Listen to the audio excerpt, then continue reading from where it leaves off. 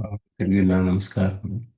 ಶ್ರೀನಿವಾಸೇತಿ ಶ್ರೇಷ್ಠತೆಯ ಪಾತ್ರಂ ಗುಣಾನ್ವಿತಃ ಕೌಶಿಕೋನಂತರಂಗಾರ್ಯಶ್ಚಿರಂ ವಿಜೇತಾಂ ಭುವಿ ನ್ಯಸ್ತಾತ್ಮೀಯಪರಂಪರಪ್ರದ ಗುಣೋ ವೈರಾಗ್ಯಭಾಗ್ಯೋರಥೋ ವೇದಾಂತಾಮೃತಸಾರವಂತಮನಘಾತ್ ಶ್ರೀನಿವಾಸಾದ್ಗುರೋः ಶ್ರೀಶೈಲಾನ್ವಯಕೌಸ್ತುಭಸ್ಥಿತನಿಂ ಶ್ರೇಯೋನಿಧೇ ಶ್ರೀನಿಧೇಃ ವಂದೇ ಸಾಧುಕಟಾಕ್ಷಕೇಣನಿಲಯಂ ಶ್ರೀಕೃಷ್ಣಸದ್ದೇಶಿಕಂ ಶ್ರೀವಾಸರಂಗಪರಕಾಲमुनित्रयाप्तलक्ष्मात्मरक्षणैत्यैगागमान्तम् आचार्यभक्तिपरिपूतमदर्घशीलं गोपालदेशिकमुनिं गुरुमाश्रयामः।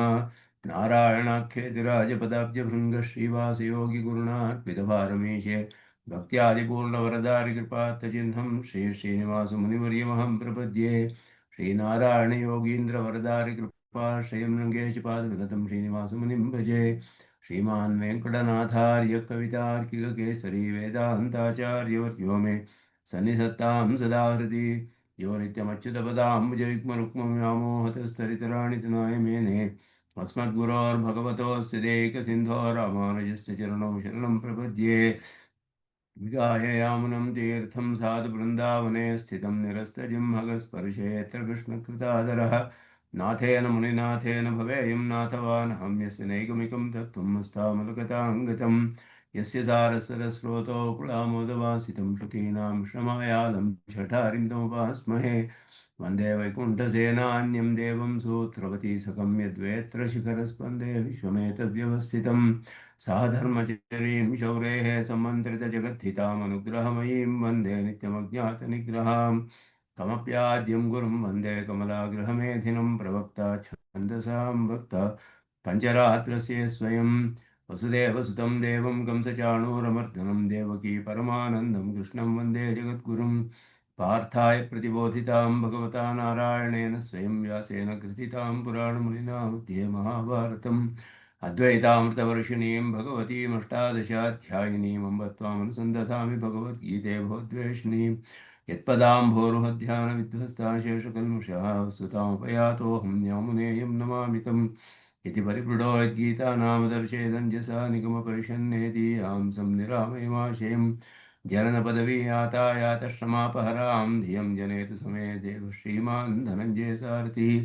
सन्तस्सारल्यः चित्ततमः प्रमथिनीमिमां भजन्तु भगवद्गीता भाष्यतात्पर्यचन्द्रिकां श्रीमते रामानुजाय नमः।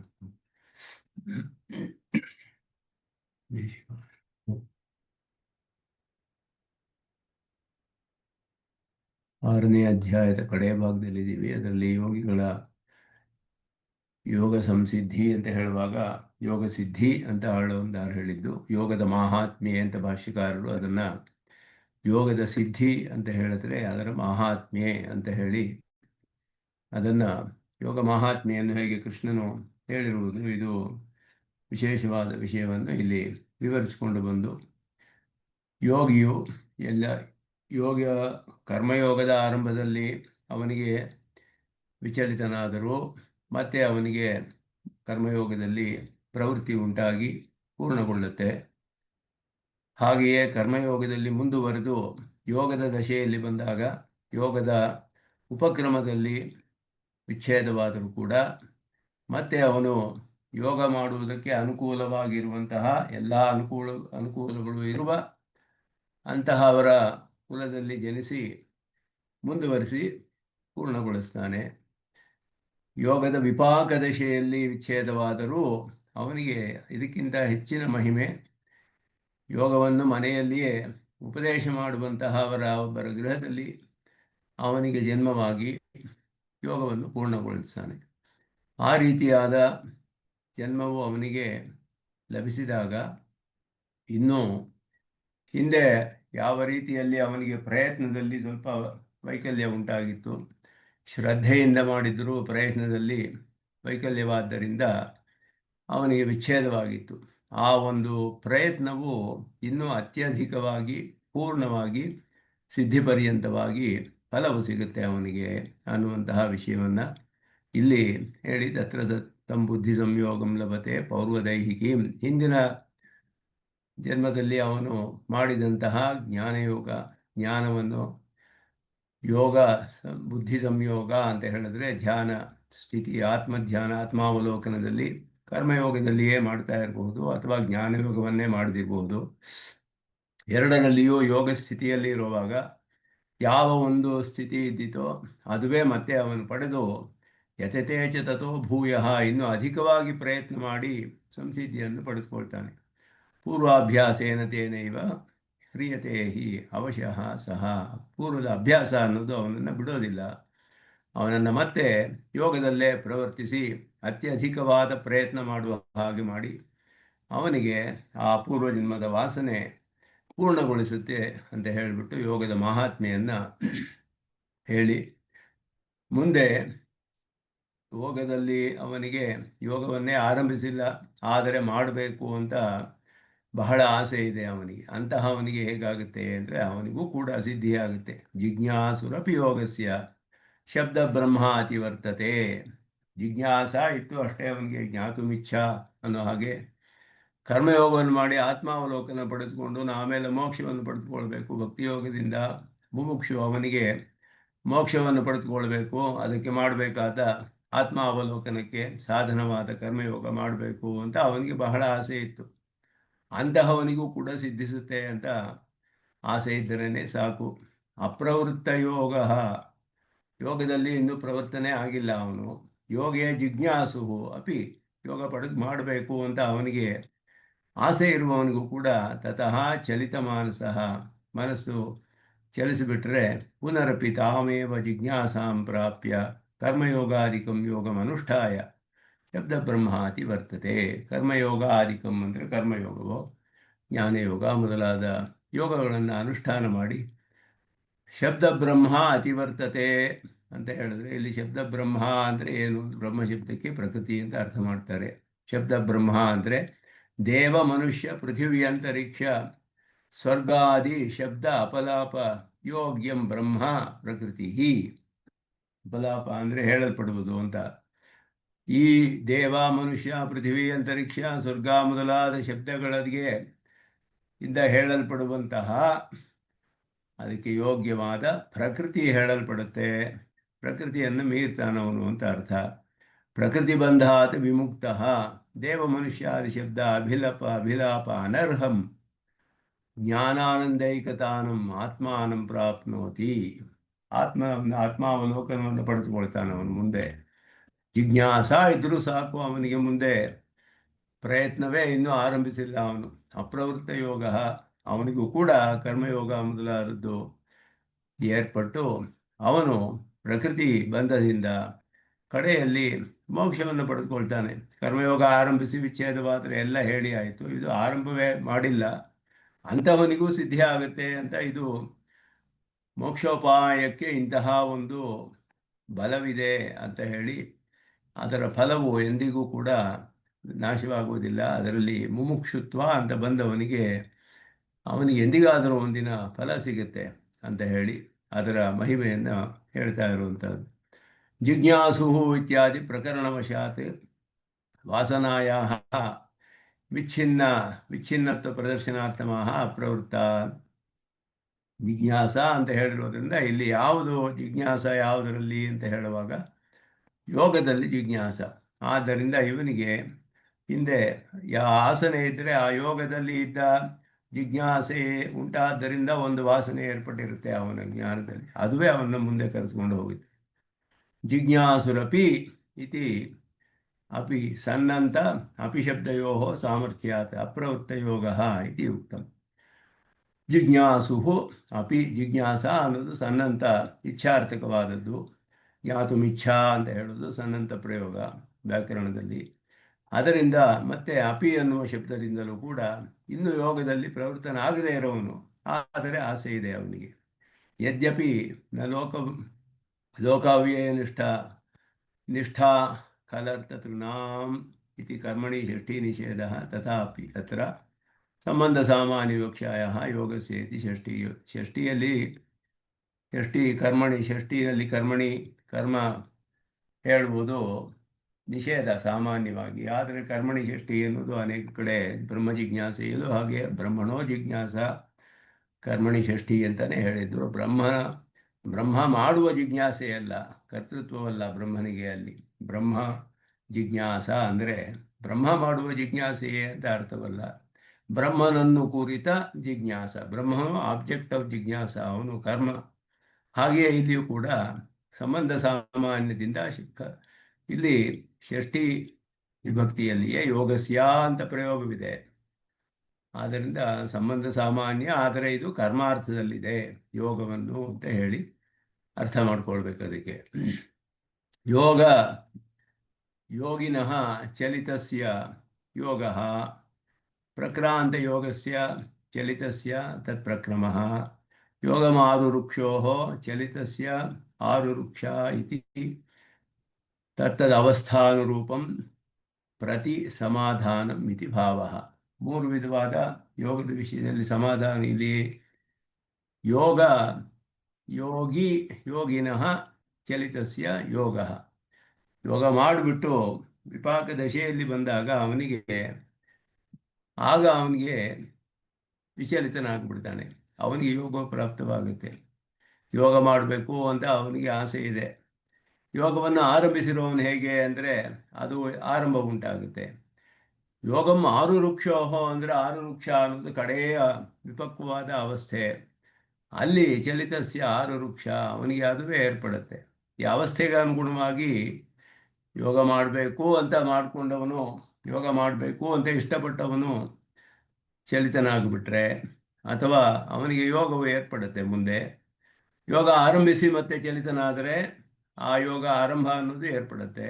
ಯೋಗವನ್ನು ವಿಪಕ್ವ ದಶೆಯಲ್ಲಿ ಬಂದು ಇನ್ನೇನು ಅವನು ಫಲವನ್ನು ಪಡೆದುಕೊಳ್ಬೇಕು, ಆ ದಶೆಯಲ್ಲಿ ಅವನು ವಿಚಲಿತನಾದರೆ ಆ ಫಲವು ಸಿಕ್ಕಿಬಿಡುತ್ತೆ. ಎಲ್ಲ ಆಯಾ ಅವಸ್ಥೆಗಳಿಗೆ ಅನುಗುಣವಾಗಿ ಮೂರು ವಿಧವಾದ ಫಲಗಳು. ಯಾವ ದಶೆಯಲ್ಲಿ ಒಬ್ಬ ಯೋಗ ಮಾಡಬೇಕು ಅಂತಾನೋ, ಯೋಗವನ್ನು ಆರಂಭಿಸಿರುವವನೋ, ಯೋಗದಲ್ಲಿ ವಿಪಕ್ವವಾದ ದಶೆಗೆ ಬಂದರು, 3 ಜನಕ್ಕೂ ಕೂಡ ಸಿದ್ಧಿಯಾಗುತ್ತೆ ಅನ್ನೋದು 3 ವಿಧವಾಗಿ ಹೇಳಲ್ಪಟ್ಟಿದೆ. ಕರ್ಮಯೋಗಾದಿಂ ಅಂದರೆ ಕರ್ಮಯೋಗ ಜ್ಞಾನಯೋಗವು ಇತ್ಯರ್ಥ. ಆದಿ ಎನ್ನುವುದರಿಂದ ಜ್ಞಾನಯೋಗವು ಹೇಳಲ್ಪಡುತ್ತೆ. ಅಥವಾ ಕರ್ಮಯೋಗ ಉಪಕ್ರಮೋ ಯಸ್ಯ ಆತ್ಮಸಾಕ್ಷಾತ್ಕಾರ ರೂಪಸ್ಯ ಯೋಗಸ್ಯ ಸಹ ತಥೋಕ್ತಃ. ಅದರಿಂದ ಆತ್ಮಸಾಕ್ಷಾತ್ಕಾರ ಮಾಡುವುದಿಲ್ಲ, ಕರ್ಮಯೋಗದ ಉಪಕ್ರಮ ಮಾಡಬೇಕು ಅಂತ ಯಾರಿಗೆ ಆಸೆ ಇದೆಯೋ ಅವನಿಗೆ ಅದೆಲ್ಲ ಉಂಟಾಗುತ್ತೆ, ಅವನಿಗೆ ಏರ್ಪಡುತ್ತೆ. ಬ್ರಹ್ಮಶಬ್ದ ಆತನ ಪರಬ್ರಹ್ಮ ವಿಷಯ. ಅದನ್ನು ಸ್ವಾಮಿ ದೇಶಿಕನ್ ವಿವರಿಸ್ತಾರೆ. ಬ್ರಹ್ಮಶಬ್ದಕ್ಕೆ ಹೇಗೆ ಪ್ರಕೃತಿ ಅಂತ ಇಲ್ಲಿ ಅರ್ಥ ಮಾಡಿದ್ರು ಭಾಷ್ಯಕಾರರು ಅಂತ ಹೇಳಿದ್ರೆ, ಅದನ್ನು ಸ್ವಲ್ಪ ವಿವರಿಸ್ತಾರೆ. ಇಲ್ಲಿ ಏನೇನು ಅರ್ಥಗಳನ್ನು ಮಾಡ್ಬೋದು. ಇದರಲ್ಲಿ ಬ್ರಹ್ಮಶಬ್ದಕ್ಕೆ ಪರಮಾತ್ಮ ಅಂತ ಅರ್ಥ ಮಾಡ್ಬೋದು, ಜೀವಾತ್ಮ ಅಂತ ಅರ್ಥ ಮಾಡ್ಬೋದು. ಈ ಪ್ರಕರಣದಲ್ಲಿ ಬ್ರಹ್ಮಶಬ್ದಕ್ಕೆ ಜೀವಾತ್ಮ ಅರ್ಥವೂ ಬಂದಿದೆ, ಪರಮಾತ್ಮ ಅರ್ಥವೂ ಮುಂದೆ ಬರುತ್ತೆ. ಆದರೆ ಮುಂದಿನ ಶ್ಲೋಕದಲ್ಲಿ ಪರಮಾತ್ಮ ಅಂತಲೇ ಅರ್ಥ ಬರುತ್ತೆ. ಬ್ರಹ್ಮಶಬ್ದವಿಲ್ಲದೆ ಹೋದರೂ ಪರಮಾತ್ಮ ಯೋಗ ಹೇಳಲ್ಪಟ್ಟಿದೆ. ಆದರೆ ಇಲ್ಲಿ ಬ್ರಹ್ಮಶಬ್ದಕ್ಕೆ ಅತಿವರ್ತತೆ ಅಂತ ಹೇಳಿರುವ ಶಬ್ದದಿಂದ, ಅದರ ಸಾಮರ್ಥ್ಯದಿಂದ ಅದನ್ನು ಮೀರ್ತಾನೆ ಅಂತ ಅರ್ಥ. ಮೀರ್ತಾನೆ ಅಂತ ಹೇಳಿದ್ರೆ ಪರಮಾತ್ಮನ ಮೀರಿ ಹೋಗೋಕ್ಕಾಗೋದಿಲ್ಲ. ಆದ್ದರಿಂದ ಇವನು ಆತ್ಮಾವಲೋಕನ ಪಡೆದುಕೊಳ್ತಿರೋನು ಆತ್ಮಾವಲೋಕನ ಮೀರಿ ಹೋಗೋಕ್ಕಾಗೋದಿಲ್ಲ.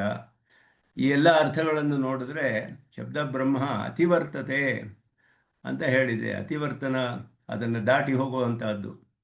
ಆದ್ದರಿಂದ ಪರಬ್ರಹ್ಮ ವಿಷಯ ತಸ್ಯ ಅತಿವರ್ತನೀಯತ್ವ ಅನುಪಪತ್ತೇ, ಅದನ್ನು ದಾಟಿ ಹೋಗೋಕ್ಕಾಗೋದಿಲ್ಲ ಅವನು. ಶಬ್ದ ಬ್ರಹ್ಮ ಇತಿ ವಿಶೇಷಣ ಅಯೋಗಾಚ್ಯ. ಆಗ ಬರೀ ಬ್ರಹ್ಮ ಅಂತ ಹೇಳಬೇಕಾಗಿತ್ತು, ಶಬ್ದ ಬ್ರಹ್ಮ ಅಂತ ಹೇಳಬೇಕಾಗಿರಲಿಲ್ಲ. ಶಬ್ದ ಅನ್ನೋ ವಿಶೇಷಣ ವ್ಯರ್ಥವಾಗುತ್ತೆ. ಆದ್ದರಿಂದಲೇ ಜೀವ ವಿಷಯವೂ ಅಲ್ಲ. ಯಾಕೆ ಅಂದರೆ ಅವನು ಜೀವನನ್ನು ಪಡೆದುಕೊಳ್ಳೋಕೆ ನೋಡ್ತಾ ಇದ್ದಾನೆ. ಬ್ರಹ್ಮಶಬ್ದವು ವೇದ ಅನ್ನುವ ಅರ್ಥದಲ್ಲೂ ಅನೇಕ ಕಡೆ ಬರುತ್ತೆ.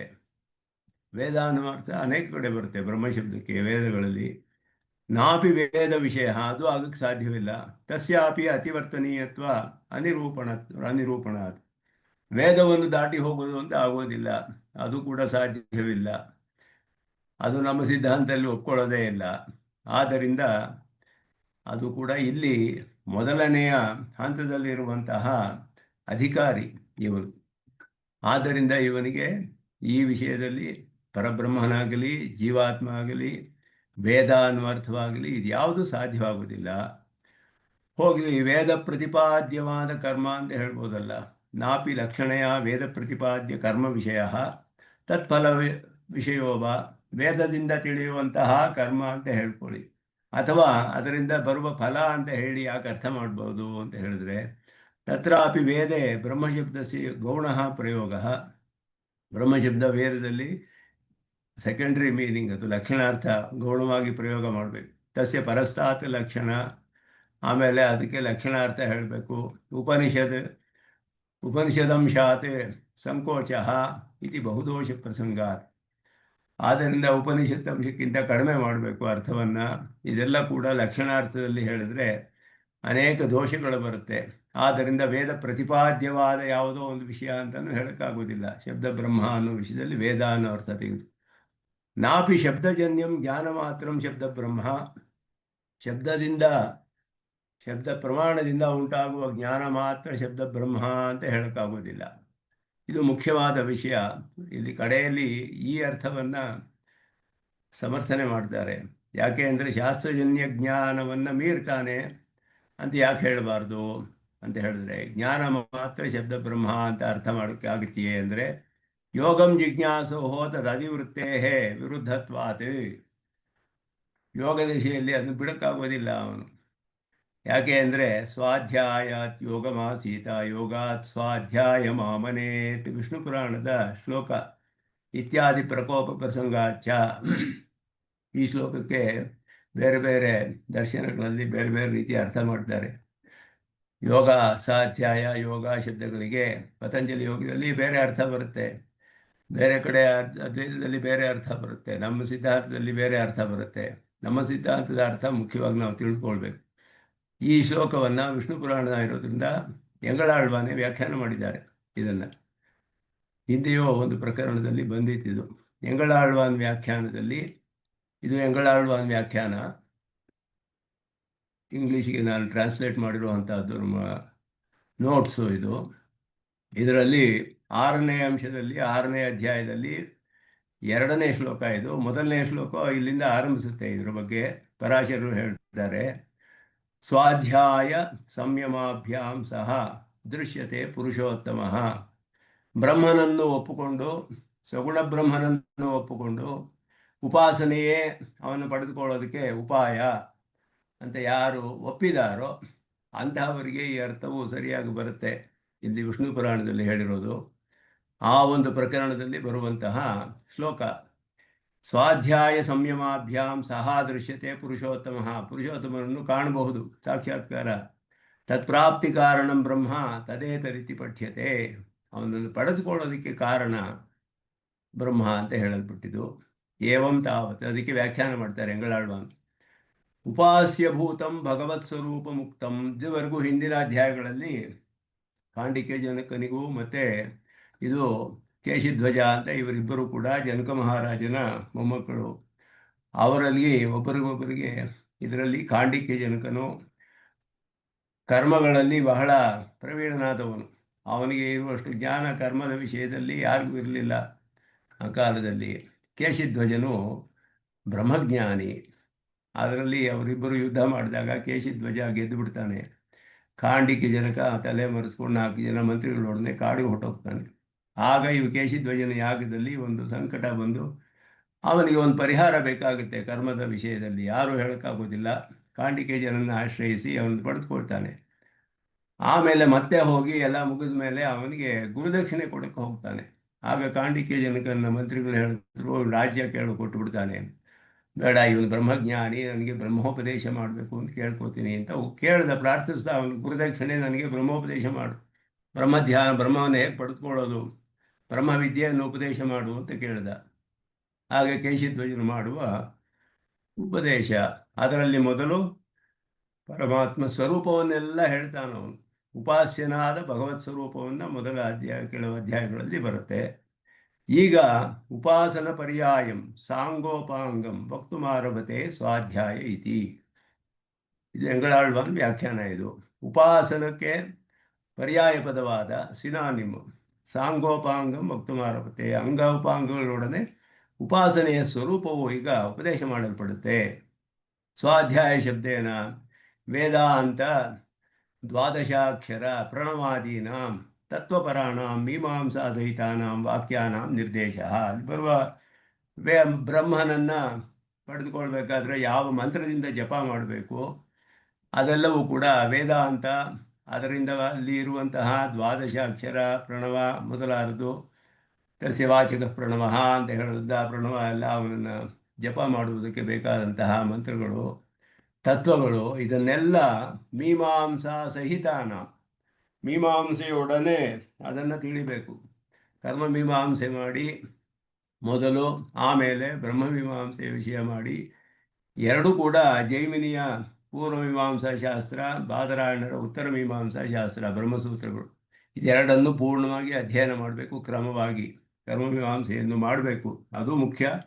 ಪೂರ್ವವೃತ್ತ ಅದು ಅಥಾತೋ ಬ್ರಹ್ಮ ಜಿಜ್ಞಾಸ, ಅಲ್ಲಿ ಅತಃ ಅಥ ಅಂತ ಹೇಳಿದ್ರೆ ಅದು ಪೂರ್ವವೃತ್ತ ಯಾವುದಾಗಿದೆ ಹಿಂದೆ ಅಂದರೆ ಕರ್ಮಮೀಮಾಂಸೆ ಮಾಡಿದವನು ಅದರಲ್ಲಿ ಫಲ ನಿತ್ಯ ಅನ್ನೋದನ್ನು ತಿಳಿದು ಮುಂದೆ ಬ್ರಹ್ಮಮೀಮಾಂಸೆಗೆ ಬರ್ತಾನೆ.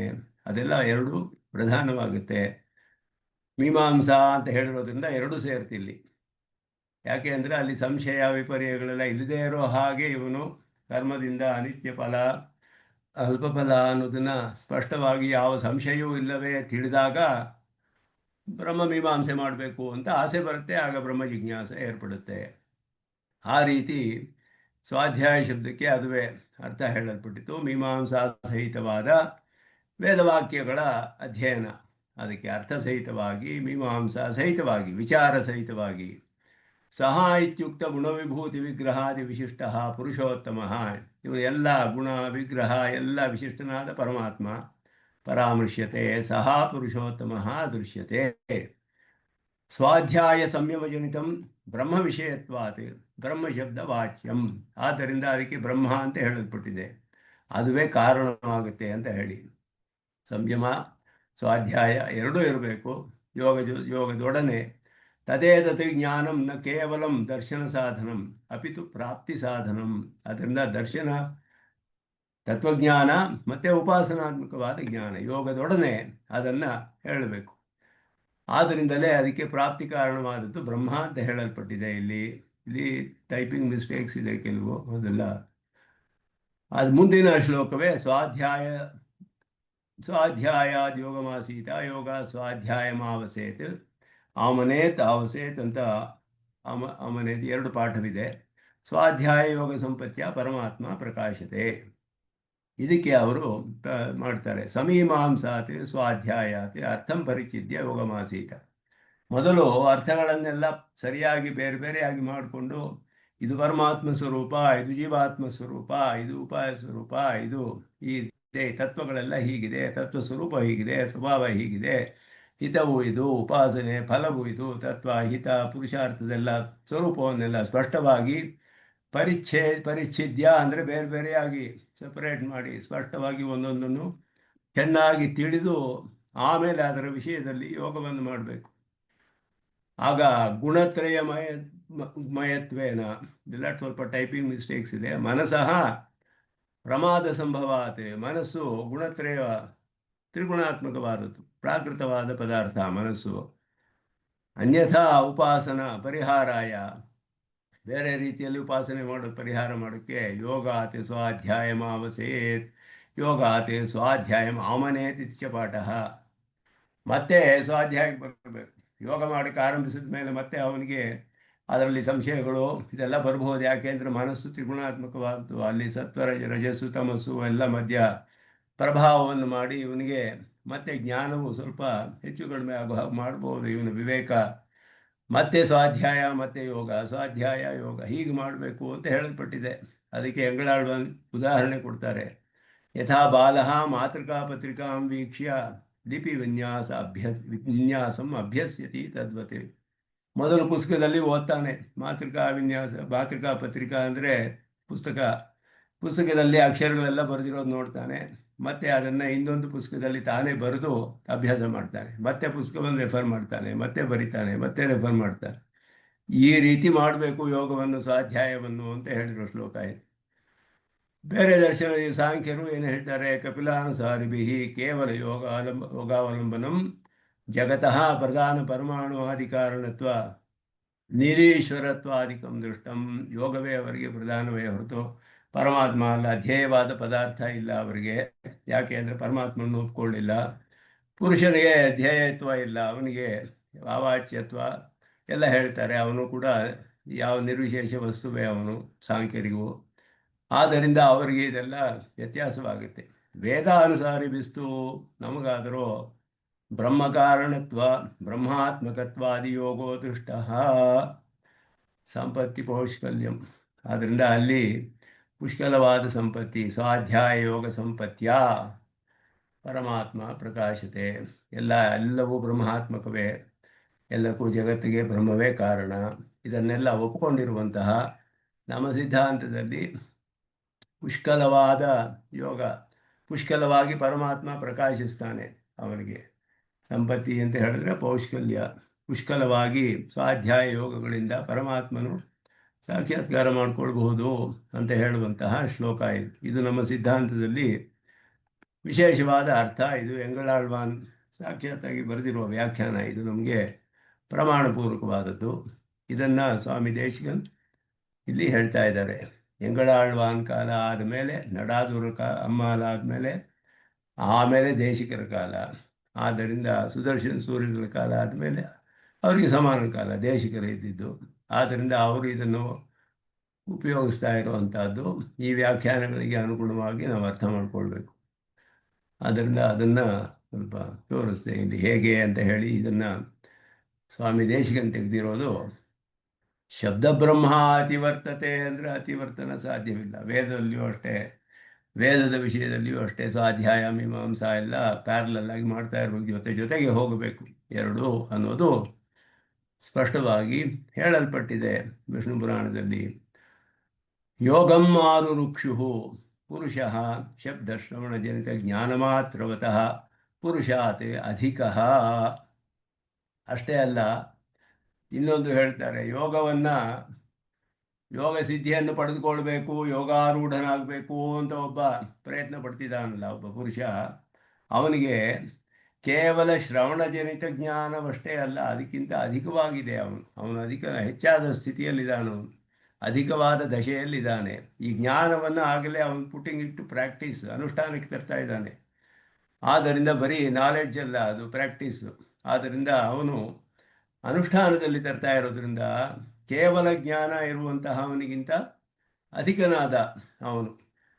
ಆದ್ದರಿಂದ ಇಲ್ಲಿ ಶಬ್ದ ಬ್ರಹ್ಮ ಅತಿವರ್ತತೆ ಅಂತ ಹೇಳೋದಕ್ಕೆ ಈ ರೀತಿ ಅರ್ಥ ಮಾಡಬೇಕು. ಪ್ರಕೃತಿ ಅಂತ ಹೇಳೋದ್ರಿಂದ ಪ್ರಕೃತಿಯನ್ನು ಮೀರಿ ಹೋಗ್ತಾನೆ ಹೊರತು ಯೋಗವನ್ನು ಸ್ವಾಧ್ಯಾಯವನ್ನು ಮೀರಿ ಹೋಗೋಕ್ಕಾಗೋದಿಲ್ಲ. ಶಬ್ದಜನ್ಯ ಜ್ಞಾನ ಅಂತ ಹೇಳಿರುವಾಗ ಅದರಿಂದ ಬ್ರಹ್ಮ ಶಬ್ದಕ್ಕೆ ವೇದ ಅನ್ನುವ ಅರ್ಥ ಹೇಗೆ ಬರೋದಿಲ್ಲ. ವೇದ ಪ್ರತಿಪಾದ್ಯವಾದ ಜ್ಞಾನ ಅಂತಾಗಲೋ ಫಲ ಅಂತ ಆಗಲೋ ಅದು ಕೂಡ ಹೇಳೋಕ್ಕೆ ಸಾಧ್ಯವಿಲ್ಲ. ಯಾವ ಅರ್ಥವೂ ಆಗದೇ ಇರೋದ್ರಿಂದ ಪ್ರಕೃತಿಯೇ ಬಹಳ ಸರಿಯಾದ ಅರ್ಥ ಅಂತ ಸ್ವಾಮಿ ದೇಶಿಕನ್ ಹೇಳ್ತಿದ್ದಾರೆ. ಅದಕ್ಕೂ ಒಂದು ಮನುಸ್ಮೃತಿಯಿಂದ ಬ್ರಾಹ್ಮಣೇಶು ಚ ವಿದ್ವಾಂಸ, ಬಹಳ ಉತ್ತಮವಾದ ಶ್ಲೋಕ ಇದು. ಬ್ರಾಹ್ಮಣರಲ್ಲಿ ಒಬ್ಬ ವಿದ್ವಾನಾದವನು, ವಿಷಯ ಜ್ಞಾನ ತಿಳಿದವನು ಅಧಿಕ. ವಿದ್ವತ್ಸು ಕೃತಬುದ್ಧಯ, ಅವರು ವಿದ್ವಾನಾಗಿದ್ದರೂ ಕೂಡ ಸರಿಯಾದ ನಿಶ್ಚಯ ಮಾಡ್ತಾ ಇರಬೇಕು. ನಿಶ್ಚಯ ಮಾಡಬೇಕು ಅವರು. ಬುದ್ಧಿ ಅಂದರೆ ನಿಶ್ಚಯ, ಡಿಸಿಷನ್ ತಗೊಳ್ಳೋದು. ಜ್ಞಾನವಿದೆ, ವಿದ್ವಾನ್ ಆಗಿದ್ದಾನೆ, ಆದರೆ ಯಾವ ರೀತಿ ಡಿಸಿಷನ್ಸ್ ತಗೊಳ್ತಾನೆ ಅವನು, ಹೇಗೆ ಅವನು ನಿಶ್ಚಯ ಮಾಡ್ಕೊಳ್ತಾನೆ ಅರ್ಥಗಳನ್ನು, ಅಂತಹವನು ಇನ್ನೂ ಅಧಿಕನಾಗ್ತಾನೆ. ಆ ಜ್ಞಾನವನ್ನು ಸರಿಯಾದ ರೀತಿಯಲ್ಲಿ ಉಪಯೋಗಿಸಿ ಸರಿಯಾದ ನಿಶ್ಚಯಗಳನ್ನು ಮಾಡುವಂತಹವನು ಕೃತಬುದ್ಧಿ. ಕೃತಬುದ್ಧಿಷು ಕರ್ತಾರಃ, ನಿಶ್ಚಯ ಮಾಡಿಕೊಂಡು ಸುಮ್ಮನೆ ಇದ್ದರೆ ಅವನಿಗಿಂತ ಅದನ್ನು ಅನುಷ್ಠಾನ ಮಾಡೋನು ಇನ್ನೂ ಹೆಚ್ಚು. ಕರ್ತೃಷು ಬ್ರಹ್ಮವಾದಿನಃ, ಈ ರೀತಿ ಅನುಷ್ಠಾನ ಮಾಡುವವರುಗಳಲ್ಲಿ ಯಾರು ಬ್ರಹ್ಮನನ್ನು ಪಡೆದುಕೊಳ್ಳೋಕ್ಕೆ ಅನುಷ್ಠಾನ ಮಾಡ್ತಾರೋ ಅವರೆಲ್ಲರಿಗಿಂತ ಹೆಚ್ಚು.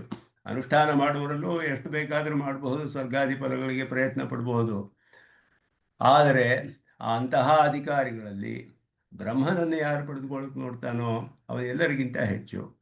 ಬ್ರಾಹ್ಮಣೇಶ ವಿದ್ವಾಂಸ ವಿದ್ವತ್ಸು ಕೃತಬುದ್ಧಯ, ಕೃತಬುದ್ಧಿಷು ಕರ್ತಾರಃ ಕರ್ತೃಷು ಬ್ರಹ್ಮವಾದಿನಃ.